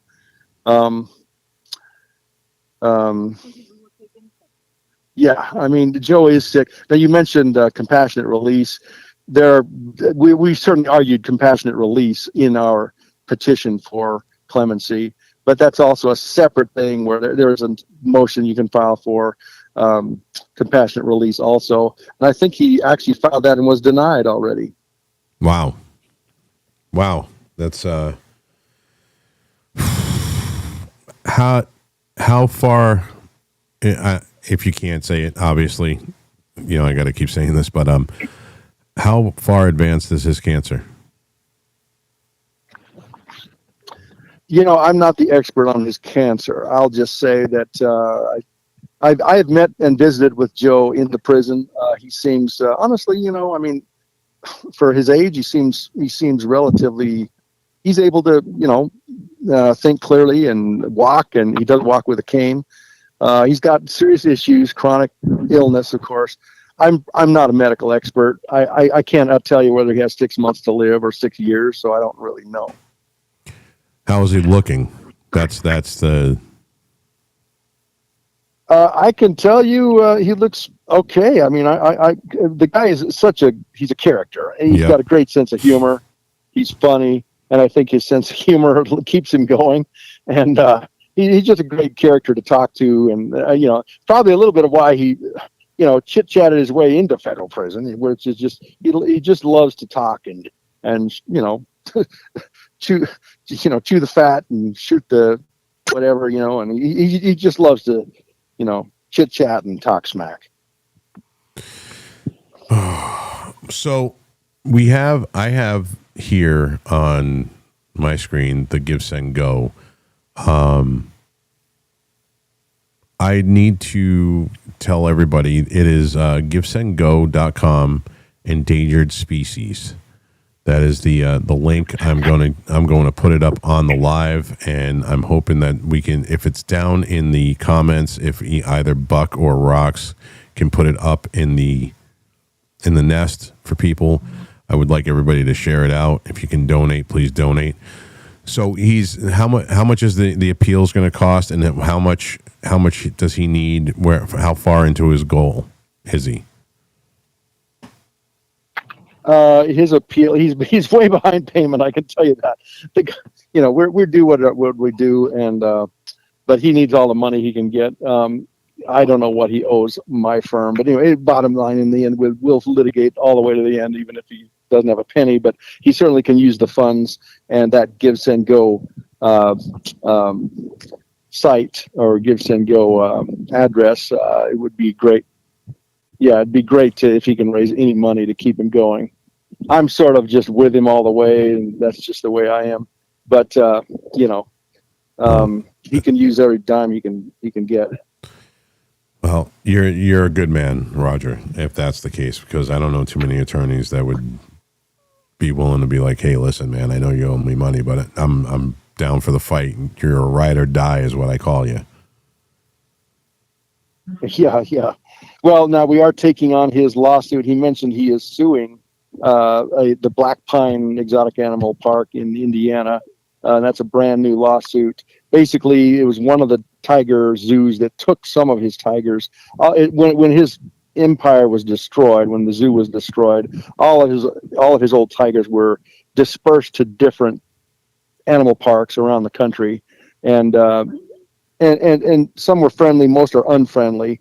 And this one is talking about castrating and neutering his tigers, and of course, we're arguing. Wait a minute, I thought these are supposed to be protected under the Endangered Species Act. You don't neuter or castrate endangered species. So we're filing that on behalf of Joe against this Black Pine Animal Park in Indiana. So he's got that lawsuit going, and frankly, he's got trademark infringement issues going on. I'm not the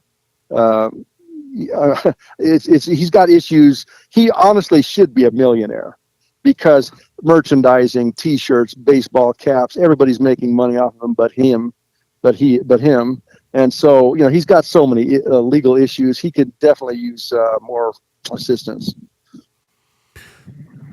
All right. Well, we will definitely get that shared out.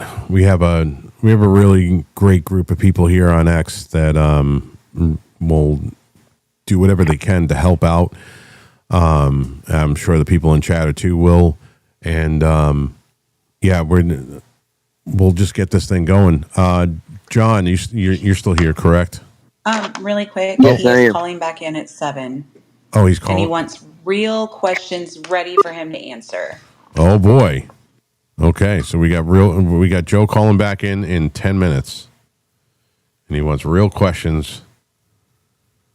Well, I think we've been giving him real questions. Yeah, this is actually a great program. Thanks. I could also discuss. He had some other counts. A lot of people don't know the world of exotic animals is overregulated. I'll just say that. Yep. That's my perspective. It's so overregulated, and there's paper. So he was also convicted of these paperwork violations. Selling or buying or trading animals over a state line.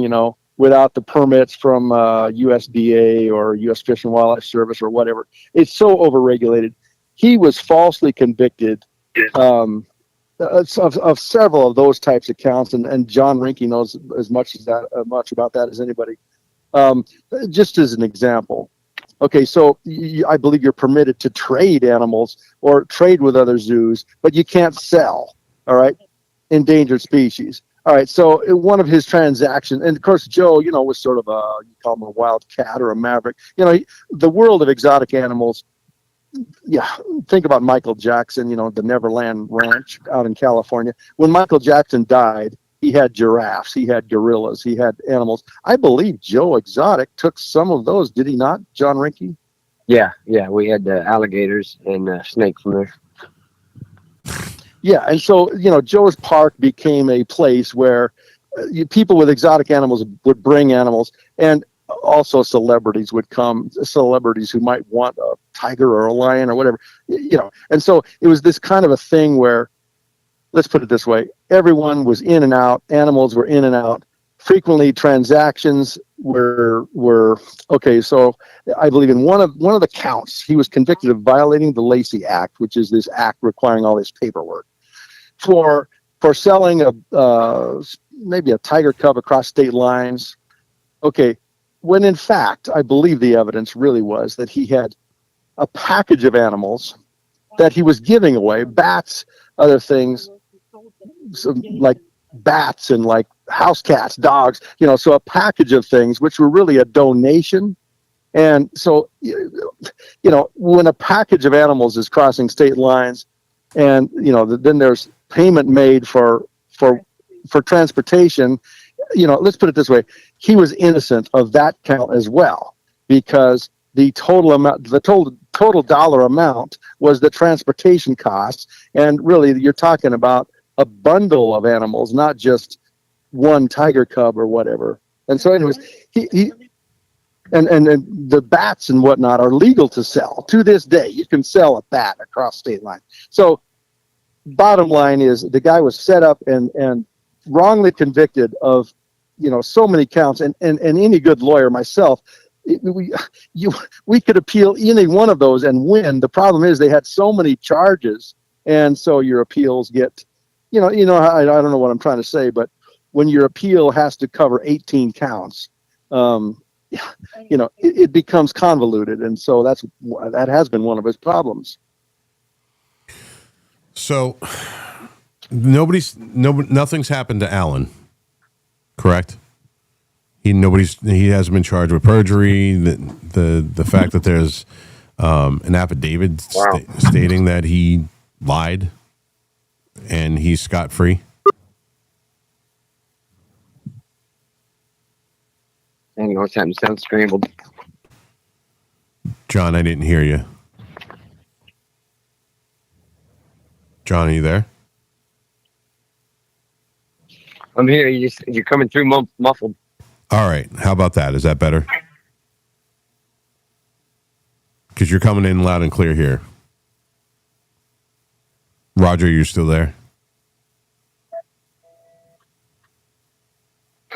Roger, you there? Let me call you back.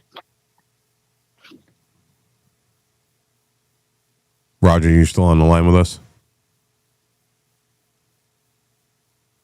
I definitely didn't lose them. Wow, this has been a hell of an interview. And Joe's calling back in 5 minutes. So if you guys, let's reset the space. If you guys are enjoying what you're hearing, please retweet the space, quote post it.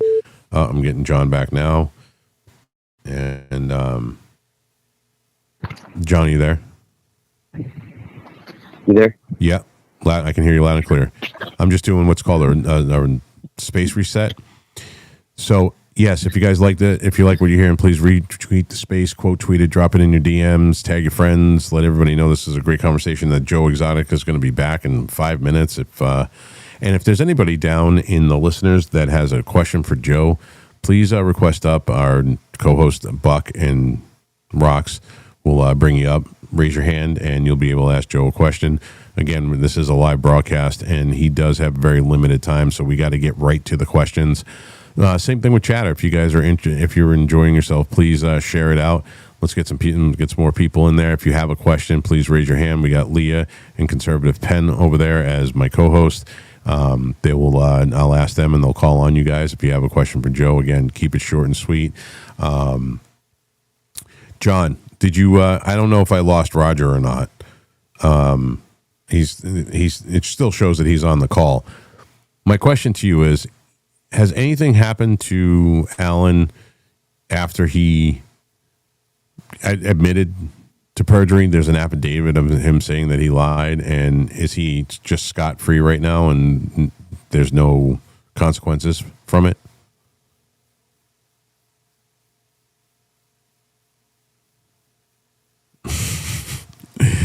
Oh boy, the fun of live television or podcast. John, are you there, my friend? John, Roger. Oh no, I lost John again. Rink said he'd be calling back, and Joe would also like to be on with Rink. Okay. Well, I lost Roger, so I'll just hang that up for now and wait for John to call back. Roger, no Roger. Roger, no Roger. Hopefully they will be calling back in a couple of minutes. About 4 minutes. Joe said he'd be calling back. 8 o'clock my time, 7 o'clock his time. Wow, this is I'm actually learning a lot. And Buck painted some, or he colored some rocks purple, and he's chewing on them right now. Buck, he's accusing you of checking out. Holy crap. John. Oh. There you are. There we go. It kept sounding like a... Yeah, I have merge the call. All right, there we go. All right, we got everybody back now. We don't have Joe yet. All right, can you guys hear me now? Yeah. I can hear you. Okay. So, Roger or John, anybody can answer this question. Has anything happened to Alan after he, stated in the affidavit that he lied, that he perjured himself, or is he scot-free and pretty much just walking around going, hey, nothing's going to happen to him? No, nothing ever happened. The hired hitman in the case of, murder for hire, the hired hitman has never been charged, and including never been charged even with perjury, even though he signed an affidavit. And he almost expected he might be, but nonetheless, nothing's happened to him. Any of them, as far as that goes. Say that again, John. I think even the U.S. Department of Justice regards the case as being so smelly and dirty that even the DOJ doesn't really want to revisit the case at all. And that's sad. So much new information's coming to light, and it's just sad. So is that anything you could talk about, John? I mean, they've all admitted to it. They have recordings of them saying it. They have recordings of them setting them up. They got recordings of them saying that they perjured themselves. The only ones that testified were felons. Why didn't John Rinke testify? Ran that place for 14 years. I mean, I don't know. It was just such a setup deal. Yeah. I was sold a stolen Hummer. James Garrison sold me a stolen Hummer by identity theft. And when I found out, I called the county, Garvin County. They come out. They took the Hummer from me. Give me a case number on a business card. And if you call the sheriff right now and ask them about that case number, they said it never existed. How? I mean, it's so crazy. There's so much to unpack. Yeah, and again, I go back.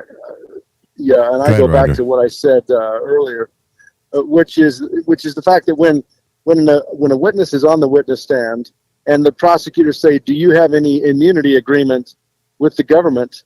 and they say, "No," that tricks the jury. Then the jury thinks that here's this neutral witness that is just testifying altruistically or just out of his commitment to justice. And with and totally taking a risk. And it's an absolute lie. And at least 3 of the witnesses have now admitted it was a lie. They had understandings which were not written. When I said that, and like I said, that's even worse. They had understandings that as long as they testified the way the government wanted, they would not be prosecuted or whatever. And so that's a huge issue in this case. And Alan Glover, the so-called hired hitman in the case, admitted that he was he was under the understanding that was made very clear to him that he had nothing to fear as long as he testified the way the prosecution wanted.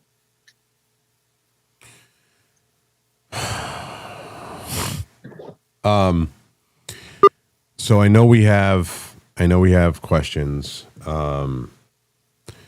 Fish, I'm gonna go to you, brother, and I hope you understand that. What's up, Rob? First time on your show. How are you doing? Good, man. Yeah, just to let you know, brother, this is also a live broadcast, live on-camera broadcast podcast. We're also on Chatter, and this is Joe Exotic's attorney that we're talking to right now, and one of the manager for the zoo. So I hope you come correct with a question, my friend, because usually you do. Oh, my bad. I'm not familiar with your show so much, so maybe you can tell me a little bit more. Is this like news or what is this topic? This is about this. Fish, I'll tell you what, brother. I will bring you up some other time. Yeah, I know. So, John and Roger, we're doing an X space. I don't know if you know what those are. People are usually used to being able to come in and talk about whatever topics are on, and Fish just assumed that it was just a normal, regular space. So I apologize for that. He's actually a good dude, but he's kind of out of it a little bit. Right. Yeah. I took a chance on him. I took a chance. Usually he's good about things. But we do have a question from AC. Hi, AC. Welcome. Hey, so I'm wondering. I'm not familiar with what is capable when it comes to like a countersuit. But is there a way that Netflix can be sued for defamation of character by the way they made his Sanctuary look, by the way they made not only a ton of money, but they distorted the actual view and gave people that were watching a certain perception of what was happening, and they didn't talk about the conservation of the tigers, and it took away from what the Sanctuary was in order for them to have a particular narrative. Is there, and it might not even be a countersuit, but is there anything that could be done to hold them accountable for distorting, or was that paperwork signed where they had the rights to do whatever they wanted? Well, I'll just say, let's put it this way. This has been a topic of discussion amongst us. And I don't know if I should even talk about it much. I mean, Joe may have a defamation claim of some kind. I'll just say we have discussed it. Thus far, haven't filed anything. Yeah, I wouldn't. If it's anything you don't want to reveal, don't reveal it. Yeah, I know there are issues. It is sort of funny because Rob, many people believe that Joe was presented fairly well on the show. It's hard to say, different perspectives. And of course, remember the show was multiple episodes. Some episodes were worse than others. It's hard to say. I mean, the show certainly put him in a light that was accurate in some ways, maybe inaccurate in other ways. it certainly reflects the fact that he's just a colorful guy, just an interesting person, great sense of humor. And I think that came off in the show. Very, very unusual, just an unusual personality. The guy, it has to be said, he's a great businessman. The guy started with nothing. The guy has business acumen. The guy could start any business and run it, and it would thrive. He just had that kind of colorful, grasp on how to get customers and how to make people happy. So to answer the question about whether he has a lawsuit against Netflix, I'll just say we've discussed it and it's in discussion, and maybe I shouldn't say anything more than that. Okay, thank you so much. That's good enough. Yeah. When Peacock came out with that Joe versus Carol, made us look really bad. I mean, really bad. And I couldn't find an attorney that would take it. They said that they had the rights to do that because they based it off a podcast. And that made us look really bad. Mm-hmm. See, I didn't see that one. And like I think I mentioned that Carol Baskin, I think I'm just giving my own opinion. I think she thought she was going to come off looking like a rose, and it didn't happen for her. And I think she got a lot of criticism. And when the facts came out, all these suspicious circumstances and facts about her life were revealed in that show. I think it really backfired on her. Yeah. But she also made the most money off of it too, because her TikToks and cameos went through the roof. I mean, unbelievable the amount of money. I know at one time she was the high-ranking TikTok star. So, jeez, that just shows people like evil. Yeah, people like absolutely. Karen. Yeah, she's like Satan and Karen all mixed into one. Yeah. So, yeah, I don't have Peacock, so I never saw that. I didn't even know that they had done that. Yeah, and called Joe versus Carol. Now I'm gonna have to actually go watch that somehow, some way. Go get Peacock. But listen, again, Joe's lifestyle is not my lifestyle. He is flamboyant. And he's definitely a character, Roger. And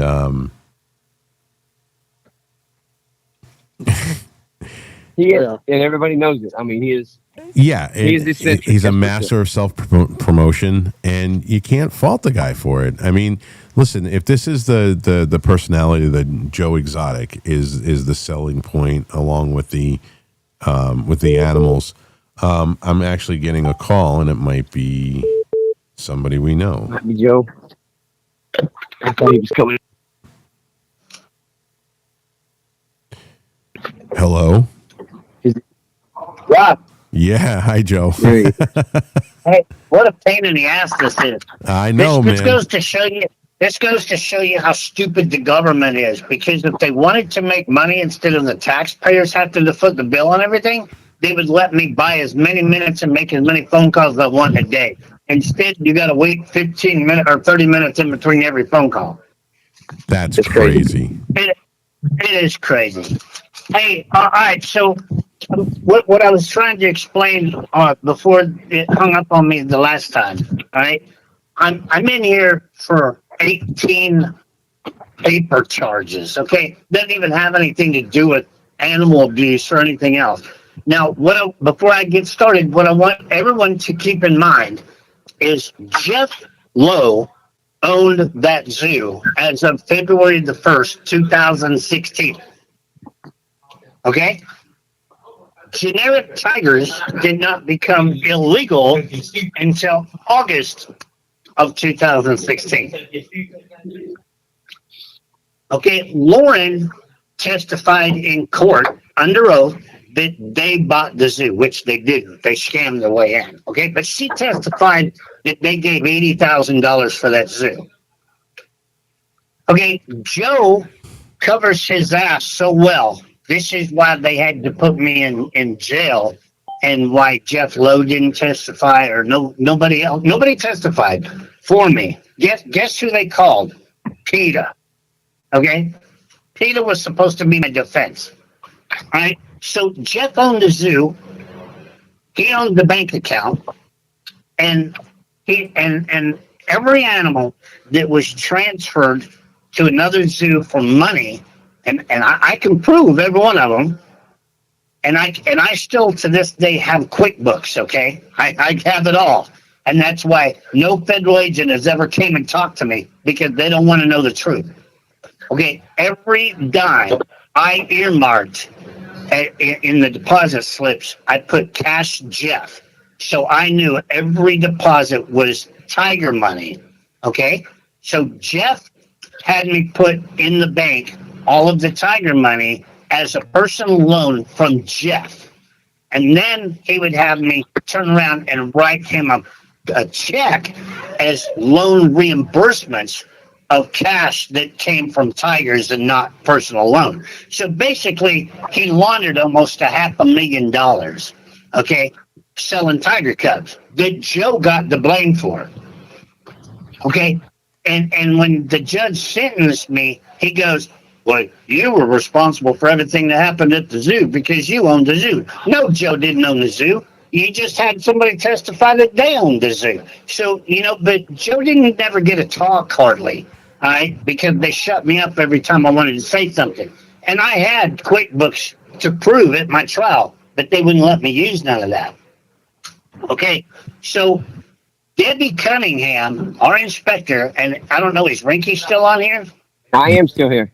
Okay, Debbie Cunningham on December the 11th came with Mike Tigert of 2017 and Bonnie Boone. And we were sitting in the office, and I was sitting in a folding chair in front of your desk, and Debbie comes with the stack of transfer forms and says, will you please write donation on the top of all of these so nobody ever has a question? And those are the only ones that I was charged for frauding. And come court trial time, my public defenders claimed that Debbie Cunningham couldn't be found to subpoena her for court. How the hell do you not find a federal inspector? Yeah, they know where they're at all the time. Okay, and then Rob, I'm doing prison time for violating the Lacey Act because my veterinarian, Dr. Green, her office marked the wrong box on health certificates. Okay, and I wasn't even in the state. John Rinke and Dr. Green filled out those transfer forms. I was at Doc Antel swimming in the river with an elephant.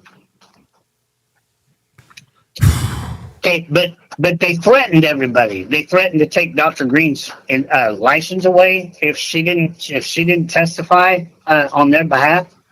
They threatened John. They threatened death.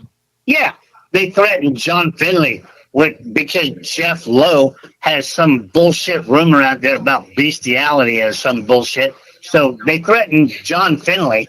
Okay, and John Finley is the one who delivered every one of them, and got paid cash for driving every animal to every zoo that ever went to another zoo. Okay, but they also charged me for when I left the zoo. Me and Ricky and Doc Green walked off the zoo June the 16th of 2018. We gave them everything. We couldn't take it no more, right? And before I left, I transferred all of my animals I could off the zoo. I even called PETA for help. PETA helped me transfer my chips to Florida.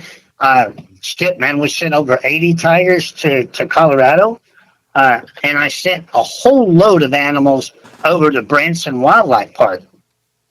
And I sold Jim over there my bats, my macaws, my cockatoos, my alligators, everything else. And I gave him 3 crossbreeds, Teligers and Ligers, baby ones. Okay. Well, I sold him all of the bats and the birds and the alligators and everything else for $5,000. Okay. And I gave him the baby big cats. Right. Well, John Finley testified on the government's behalf that I sold all those cubs and everything for $5,000. Okay, and that's what I'm in prison for, is because they threatened everybody that testified against me. If they didn't testify on behalf of the government, they would all file charges on them. So, Joe, we have a question from Ask Rinky how many health certificates him and Doc Green did. It's crazy. Yeah. and I'm in prison. I'm in prison for it. I mean, I can answer better that how many did Joe do? He didn't hardly do any of them because I did them all. That's crazy. But, Jeff Lowe kept calling me and threatening me also, saying, I can't save you. If you don't go talk to him, I can't save you. Well, I didn't go talk to him. I waited till they contacted me and said, come see us. And, when I was in that little room with that bright light on me, I said, we're going to talk about James and Jeff and what they have done. Oh, we're not here to talk about them. This is all about Joe. So they need to Jeff or James. They need to make up their mind. Did Joe own the zoo or did Jeff own the zoo? And if Jeff owned the zoo, all of the money that went in Jeff's bank account and laundered back out his loan payments that were never made, why is nobody concerned about money laundering or taxes? Not one employee at that park after 2016 ever paid income tax. And Jeff never paid employee taxes. So nobody cares about the truth. Joe, I have up on the screen while I'm getting this actually on the screen share. We do have a question from Cookie. I'm going to be bringing up your. Oh, we got hung up on. Well, that's not cool. We lost I'm the call. sure he'll be back. Okay, I don't know why we lost Joe, but we're going to get him back in a second, guys. Thank you. Hopefully he calls back. I don't know why we lost him, but I wanted to bring up on the screen share that there's a misconduct case. Just calling. Hey, John. I'm going to say Cookie cut me off there. we totally lost all of you guys, so hopefully Joe's capable of calling back. God almighty. Yep. That's hard on him.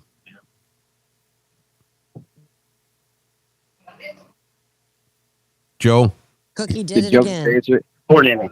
All right, there we go. Let's not come off mics, please. Hey, Joe. Are you there? Yeah, we're here. I have no idea what the hell happened. Man, you're all mumbled up. I can't hear nothing.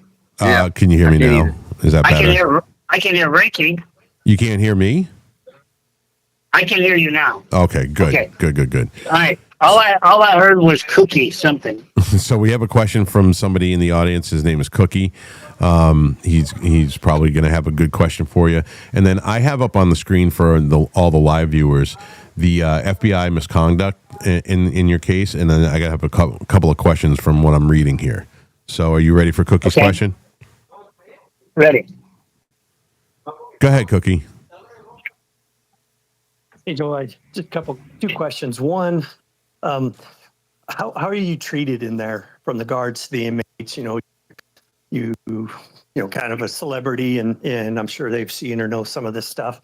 And then, what do you do to keep your mind focused and on target? With the setbacks that come or don't come, and you're finding out more information, every day, every week, every month, kind of thing. But what do you do to stay focused in there? Okay. To answer your first question, when I first came to prison, it was hell. The guards hated me because keep in mind, everybody thought that I was getting paid from Tiger King, and I was this big, giant, rich celebrity. And they're working for what, $50,000-$60,000 a year. All right. So they treated me like shit. And I'm sure my team could probably send Rob a picture real quick of the bloody pictures where at one of the federal holdovers in Oklahoma City, I was tied naked in a chair and put in a shower so long that the skin came off my arms. And this is a normal routine for these people because they did it to a 21-year-old named Jason Tail, and he killed himself over it. And so at the beginning, it was really hard.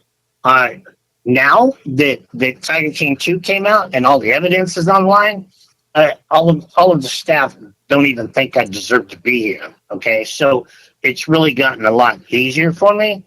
Except for the medical staff. The medical staff doesn't give a shit about whether you live or die. And I've watched a lot of people die in here. And, you know, that's just like my cancer. I went through a year of chemo and radiation, puked every day, being locked in a 6 by 12 foot room by myself, puking, just trying to stay alive. And, you know, it went into remission. And then in 2023, it came out of remission. And now they think it's in my rib bones. So we're going through all of those tests to verify whether it's in my ribs or not, because my PSA level is rising fast, but they can't find it in my prostate. So that's when I said that we're waiting on the PET scan results to come back. You know, the prison is slow. They don't care how long it takes. I've been waiting over a month for the results. And I put in a request so that way I can send the results to my lawyers. But I'm waiting. You know, the people that did the test said that it glowed, you know, and that's what a PET scan is. But they weren't allowed to discuss it with me because it's up to the primary doctors. Now, what keeps my head focused with all of the, you know, the downs and the roadblocks and everything else? I'm innocent, man. Hey, I'll admit all day long that I shot 5 tigers, and I'll admit all day long that they needed it, and I had permission from my protocols that the USDA signed off on, and that my vet signed off on. And the people that did this to me are not going to win. Okay, somehow, some way. I mean, look at it. If I have to serve out my whole sentence, I'm out of here in 5 years. All I have to do is stay alive and not let cancer kill me in 5 years, and I'm out. Okay, I don't have to stay in here till 2036 like the internet says.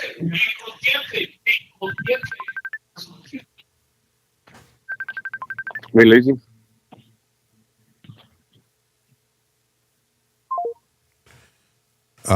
We lost him again.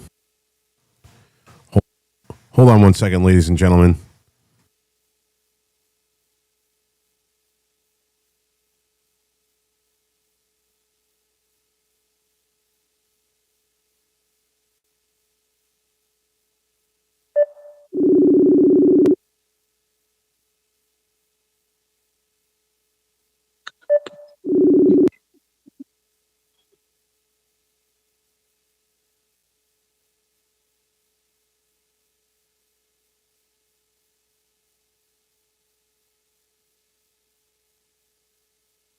Buck, can you and Crypto handle this for a second and see if we have any more questions? Yep, right now we don't, folks. If you get a chance, please go down into the Purple Pill, quote post the space, repost the space, and we will do our best to repost your quote post. Also, when Rob does get Joe back, if you do have a question, please raise your hand, hit the request button. We will bring you up. We want to keep the answers and the questions short and sweet and to the point and directed at Joe. Anything less than that, and you will be dropped. Thank you.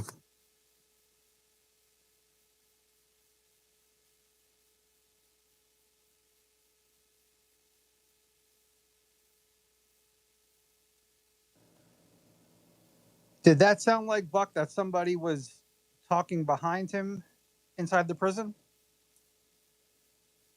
Yeah, that's what it sounded like to me. It sounded like somebody was yelling at him. Yeah, that's what I thought I heard too. Did we lose John? Yeah, it seems like everybody's off the phone right now. Rob's doing his best to see if he can get him back. You know, I remember my first time in the joint. That was a scary time. I got challenged a lot. I will send you back, Cliff. You know, it makes you think that actually that's really one place where a payphone is really still operational, huh? I guess it is. Yeah. In the prison. Yeah. And it's amazing because the amount of money they charge you to call out, you'd think if the phone's available, you could just use it as much as you want, but apparently not. Apparently not. Listen, that's what I learned Krav Maga. Listen, I had to quickly learn how to defend myself from all the suitors. I was popular, and I wasn't into that sort of thing. It was very difficult, but I fought them off. I think if you went on your back, I don't think you'd be able to get up, Cliff. Well, that may be true. But I got to do what I got to do. So, Cliff, is that why I see you smoke cigars? Your experience in prison, is that where that came from? No, that came from Crypto, who decided he wanted to take me to go try cigars. Yeah, he's actually the only person I've ever met who literally cannot smoke a cigar. He just can't do it. I guess he doesn't really get the smoke out, and if he does, he inhales it. It's a whole mess. It's a whole Yeah. Not to mention that this particular picture of me was cropped. It was originally a color picture, but Crypto. Joe, are you back? Hey, Rob, you there? Yeah, I'm trying to get them all back right now. It sounded like there was somebody that was maybe talking or yelling at him on the phone. Joe, are you there? Hello, guys. We can't hear you for some reason.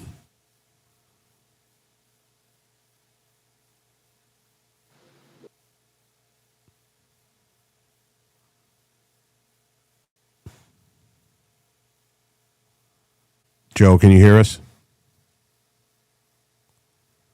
Of course. Right when I get him back and I have a decent amount of time with him. Joe, I can't hear you. I'm letting him know that you have some technical issues. I don't know if he can hear me or not. But I have all three of them back on the line.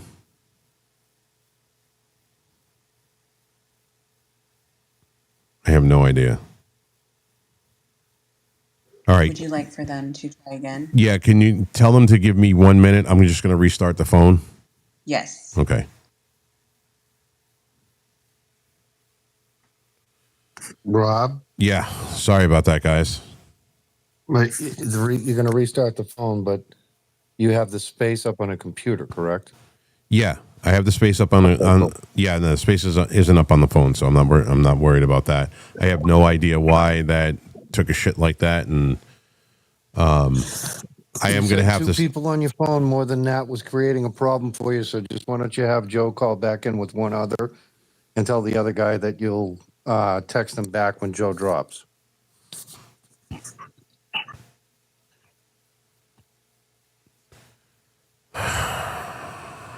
Of course. Professionalism, my friends, professionalism. Well, that's okay. It's Crazy's fault anyway, so. Oh, yeah? Why? Because he showed up. So things are going to happen. Well, even Cliff's in here. This is the first time Cliff's ever been to one of my shows or spaces. I know. And I was telling everybody about my first time in the joint while you were talking to them, trying to get it back. John, are you there? I have no idea why this is doing this. Buck's just pissed off because he's on a diet. He's now eating pastille. Hello. We can hear him. Hello. Okay, we You can. can hear John, me? we can. Yeah, we can hear you now. All right. Yes. Okay. You hear me? Yes, we can hear you now. Awesome. That kid's crazy, man. It absolutely is crazy. We got 2,200 people on the live right now too. That's pretty crazy too. Probably why. I need 2,200 people to call the White House's 1-800 number and say free Joe Exotic or you're not voting again. Joe, so can we call 2,200 of us call Eagle Ed Martin there, and can we call? You could. I mean, you could email him. Absolutely. Him and Alice Marie Johnson both have emails. I believe my lawyers have those emails that they can give you. All right. Oh so, yeah, everybody do it. Yes, I would actually like you to have somebody or yourself inbox me all of that information so I can put out a post tomorrow with all of this information and share this out, because the group of people, like I said, especially on X that we have, they are more than willing to do whatever it takes to help you out. Is Roger Root still on here? No, he got dropped. He tried to come back in, and I think that's what screwed up the call in the first place. Leave it to a lawyer. I heard that attorneys tried to call you back. Not sure if you can patch them in. Yeah, if he calls me back, I can actually patch him in now. Yeah, we got and we got two lawyers up on the stage in X right now too. Yeah. One's homeless though. That sounds about right. I'm kidding, Cliff. I'm kidding. If he doesn't find a job, he's going to be homeless though. I did find a job. Go ahead, Joe. Do what? No, go ahead. I said, what we need is everybody to call your senators and your Congress. Promised us they were going to fix this corrupt justice system, and we need to start with Joe Exotic, because you've already let Lil Wayne and Kodak Black and the Chrisleys and everybody else out. It's time to really show some justice. Man, somebody's got some serious noise in the background. Yeah, I think that's your attorney who just popped in. That's screwing everything up. Roger, are you there? Yes, I am here. Yeah, that was me. I'm actually traveling. Okay. Hey, do you have Ed Martin or Alice Marie's email that you can send to Rob so he can post it? Yeah, and he's gone. And he died. And he's gone. Yeah, no, I am here. I did text Roger. Okay. Yeah, can anybody hear me? Yeah, we can hear you now, Roger. Oh, you want Ed Martin's email address? Yeah, the 2,200 people that are listening want to send him an email. Okay, the pardon attorney. What is his email? Yeah. So if my It's assistant, the office of the pardon attorney. I think it's public. Is the office of the pardon attorney? We don't care if it's public. Let's post it. yeah, that's it. We definitely want to be able to post it. So Joe, I got a question for you on this. I'm on your website right now, and there, like I said, there are people that can't see what I'm seeing on my screen. Real quick, do you want to run down, because there's another show on the live stream, so I'll shut the live down, but we'll keep the space going for a little bit longer after I shut the live down. So here I'm reading. This is the FBI misconduct case. And it says inappropriate relationships with confidential human sources. Do you want to explain to the people what that means that might not know what that means? Okay, all right. Jeff and James were stealing people's identities. Okay, let me just put this in play for you. Okay, James Garrison had a fake finance company, pretending he had a car lot. Okay, and you would come file for a loan, okay, and he would steal your social security number, all right, and he even sold John Rinke a stolen Hummer, okay. That's how we started piecing this all together, all right. So he would take people's social security numbers and make fake payments on them and make them look like they were until they got good credit. Okay, then him and Jeff would get credit cards online with Wayfair, Bowflex, Care Credit, and I'm talking hundreds of thousands of dollars. All right, and that's how James bought his jet ski business and all that, and that's how they rented all those houses out in Vegas. that we have the leases on that website that they leased under fake names for sex trafficking, the whole 9 yards. But long story short, okay, they would buy all this stuff from Wayfair, Bowflex, truckloads of liquidation stuff. Everything else was stolen credit cards. And then James had a liquidation store in Ardmore, Oklahoma, and he would bring stuff there. And we have text messages from James' phone where him and Agent Bryant was shopping and knew when one of these loads was coming in. And Agent Bryant was buying stuff stolen from James Garrison. Okay. and that is what they're calling inappropriate relationships with the witnesses. Is dude, he was in on the scheme. In on the scheme. Hey, So Rob Joe, and Joe, we have a question from the yeah, audience. we're getting there. We're getting there.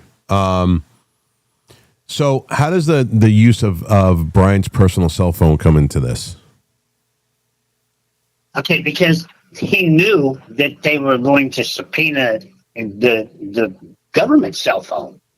Okay, and if you look at all the text messages that are on that website from James, Jeff, and James and Matt Bryant, you'll see where he says, "I don't want to put this in a text. Call me," or "You call me from the other phone," or whatever. They knew what they were up to, and keep in mind, this report is actually done by a Secret Service agent. Okay, it's not just some fly-by-night guy that did this. This is an ex-Secret Service agent that did this investigation on the agents. Joe, we have a question from the X audience, a woman by the name of Kay Daly. Kay Daly, welcome. Thank you so much, Rob. And this is actually about a comment and a question for Roger and for Joe. Roger, my husband has been criminally justice impacted for sending an email, same kind of lawfare stuff. Wanted to let you know that David Warrington, White House counsel, actually has more power than even Ed Martin as a pardon attorney. Just a little bug in your ear. Second, Joe, I wanted to find out, before all this happened to you, what changed in terms of your perceptions of the criminal justice system from then till right now? Okay, look, when they first arrested me, and keep in mind again, I walked away from the zoo in June of 2018, and I gave them everything. And I took Dylan, and I went to Pensacola, Florida. I rented a house, got a job washing dishes at a restaurant on the beach, and I was perfectly fine. And they couldn't stand it that Joe left them with the zoo, and now they got to work. Okay. So they still came after me with this little crap. Anyway, they arrested me in Florida. I was like, what the hell did I do wrong? And they said, well, you got a murder for hire charge. I was like, bullshit. All right. So it took them over a month to extradite me back to Oklahoma. And that's where I got my first taste of federal prison, because they kept me in the Atlanta penitentiary during that time until I got back to Oklahoma. And then they wanted me to plead guilty. And I was like, I ain't pleading guilty to this. I didn't do nothing. All right. So the minute I didn't plead guilty, they superseded me with 22 more indictments. And that's where they got all the animal charges in there to muddy up the trial and the jury. Okay. So I always believed, and keep in mind, I ran for president, I ran for governor. I never even had a speeding ticket until I got arrested. And I really believed in our justice system and our country, because you have the constitutional right to not have excessive bail. Well, they held me without bail, and they kept me in solitary confinement, so I couldn't help build a case. I couldn't help find evidence. I couldn't work to hire real lawyers. I had to use government-paid lawyers. Okay, so that was the first bad taste in my mouth. Then you have the right to a fair trial. Bullshit. Not in America, you don't. If you don't plead guilty, they're going to charge you with whatever they have to make something stick. I mean, take President Trump, for example. He's got 94 indictments. Isn't 10 enough? Yeah. Okay, but it's not in America. because our system is that broke. And that's why, I love America. I'll deal with it. But until I decompress and get back on my feet, I am going to Mexico. The process is the punishment. It is. It is. I've been 8 years just trying to get a new trial. And they admitted to perjury on world television. I mean, come on.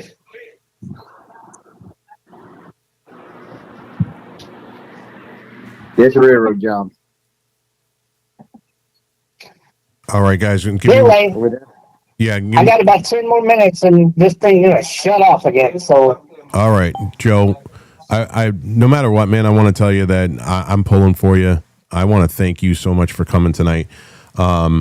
So my next question, the violating the court orders. Do you want to explain that one to people?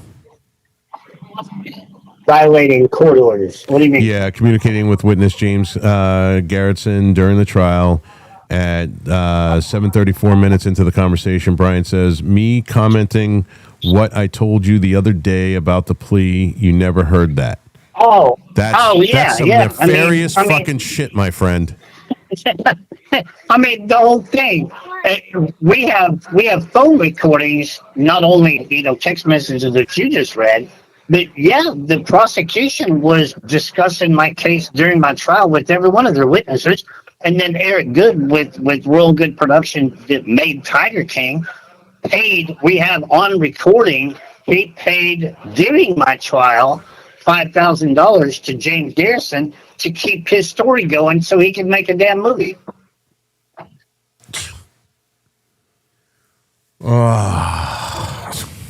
Yeah, and look, a lot of people are like, how bad do you hate Carole Baskin after this? How bad do you really hate Carole Baskin? Look, I don't hate Carole Baskin near as bad as I hate Eric Good with Tiger King, because if he wouldn't have paid everybody to talk shit and get greedy for 15 minutes of fame and a little bit of pocket money, I would not be here.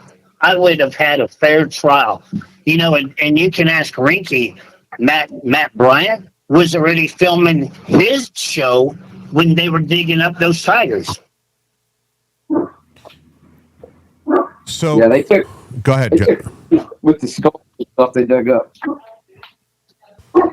John, say that one more time. The dog was barking and it was indecipherable, my friend. My dog was getting excited. All the federal agents that dug them tigers up, they all took pictures and cameos with them, with the skulls and stuff. For Nat Geo. They were making a film for Nat Geo during my trial. Wow. It can't be any bigger of a shit show, man. I'm telling you. Yeah, I've gotten that from multiple things, but I mean, obviously, you're telling us stuff that a lot of people don't know, and I thank you for telling us. So the other thing that sticks out to me, because I've read this whole thing while we were having problems with the phone. There's a lack of surveillance and wiretaps. They didn't have you on 24/7 surveillance, and they didn't have any wiretaps on you? No. Okay. And this is in the trial transcripts. Okay. Look, I was such a threat to Carole Baskin when the undercover FBI agent testified at my trial. They were like, well, how come you didn't wiretap him? How come you didn't do this during the month of October 2017? And his exact words in the trial transcripts are, his husband had just died on October the 6th, so we scaled back the investigation to give him time to mourn. Wow. and I'm thinking to myself, all I wanted to, you can ask Rinky. Rinky took all my guns away from me. All I wanted to do was die. Okay, when Travis died, I was done. I was done with life. I was done with that zoo. I was done with everything. And they gave me a month off to grieve on a murder for hire charge. So they obviously weren't taking it seriously. No, hell no, because it was a setup from the beginning. Thanks, shit. Unbelievable. Unfucking believable. We do have we do, yeah, this is, the more I hear about We this. can't get it heard again. We need it heard one more time. Look, you can't make this shit up. No. It honestly sounds like a fictitious script, my friend, for an upcoming show. It really does. If It's crazy. if you weren't It's crazy. living it right now in jail with all of this shit going on, I would never believe this shit. Never. We do have another question from the X audience. Hey, Zachary, just to let you know, we are doing a live broadcast too on camera. So there is a live audience, and Joe is graciously giving us his time. So go ahead, my friend. Hey, Joe. That goes. You're Hey. in a big mess. Look like. It's pretty bad stuff. Just tell them Democrats to go fuck them. I can't hear you. Yeah, Zach, you're breaking up, my friend. But basically, he said, "Fuck the government." I think that's. I'm kind of in the same mindset right now, but unfortunately, Trump and the government have my life on the end of the string. So, I don't want to say anything bad right now. You know what I'm saying? Yeah, no, I got you. Listen, yeah, I wouldn't expect you to either. I don't know. Joe, there are a lot of parallels to what you're going through and what some really good friends of mine went through on January 6th. And, I honestly had hoped. Listen, he released 1,600 people. I really thought he was going to go the full distance, pardon the J6ers. And I hope in your case that he does pardon you. I mean, I wouldn't accept anything less than a full pardon, but as far as you're concerned, you just want to get the hell out of jail and go sit on a beach. Like I said again, before, do I deserve a felony conviction for murder fire? No. Okay, but you know what? If the government is that hell-bent on being corrupt and they need this conviction, I can go become a millionaire working my ass off as a felon, no matter where I go, just like President Trump can be a billionaire and be president as a felon. So, at this point, I just want to go home. So what's next right now, Joe? Where are you at as far as your appeals go?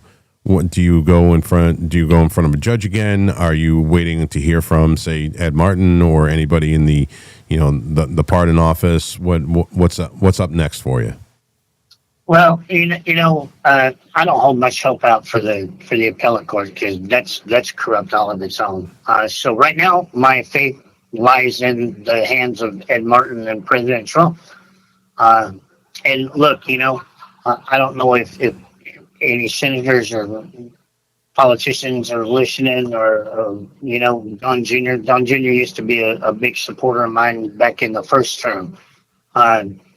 If anybody deserves to go home with the evidence that I have and the 200 phone recordings and text messages and everything else that I have about injustice and the corrupt system, I should be allowed to go home. And sooner the better, because I want to get out and get some real medical care to try and live another 10, 15 years if possible. And that's my rush right now, is to get out of here and get some professional medical help, because I've got a couple, TV doctors that have stood up for me, Dr. Drew, Dr. Oz, and I got a team of doctors in Dallas, Texas that are ready to see me the second day I get out of here, and try and get me on a decent medical path. But sitting here eating shit that's expired is not going to keep me alive. And that's one of my big goals, is I want to testify in front of Congress about what really goes on in here, because nothing helps anything about this. Oh, they don't want you to do that, Joe. They definitely don't want you to do that. They don't want to hear with their own failings. I don't scrambled again. Yeah, I don't know if it's my phone or your phone, but something's wrong. I think it's him because it's scrambled. I can't understand. Can you hear it now? Are we good? Yeah, I hear you. We're here. We're here. We just can't understand you. You can't understand me, huh? You can hear me, Joe. But anyway, I don't know, Rick, if they can hear, if the audience can hear us talking when they can't hear him. Yeah, they can hear you. I don't know. I'm going to say no. Oh, no, they can hear you. No, we can hear. Sounds like a computer problem. Yeah. All right. Well, anyway, this thing beeped, which means it's going to hang up in 30 seconds. So, take care, Rick, and Joe, thank you very much. Help them out with whatever you need to help them out with. I appreciate everything you do for me. I am hoping that but they need to know the truth. It's all on that website. Okay. All right, Joe. Thank you very much. I hopefully you're going to be able to go back and watch this. We are able to hear you. I don't know. It doesn't say that I'm having any connection problems on the computer on this side. If you get to watch the last 5 minutes of this show, we can't understand him at all. You still can't hear me. You still can't hear me. All right. So, chatter, thank you guys very much for showing up tonight. I truly appreciate it.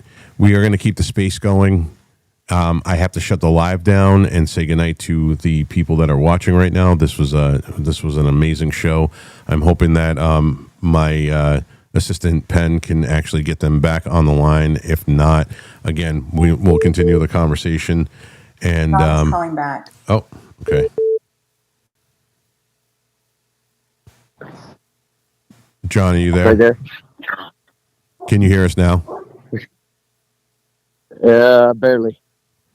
All right, maybe it'll come back in a second. I'm just closing out the show for the night. John, Joe, Roger, thank you guys very much for being a part of the live show today. We're going to keep the X space going, so if anybody wants to come in and ask some questions, we'll have that. Unless I'm having more connection problems.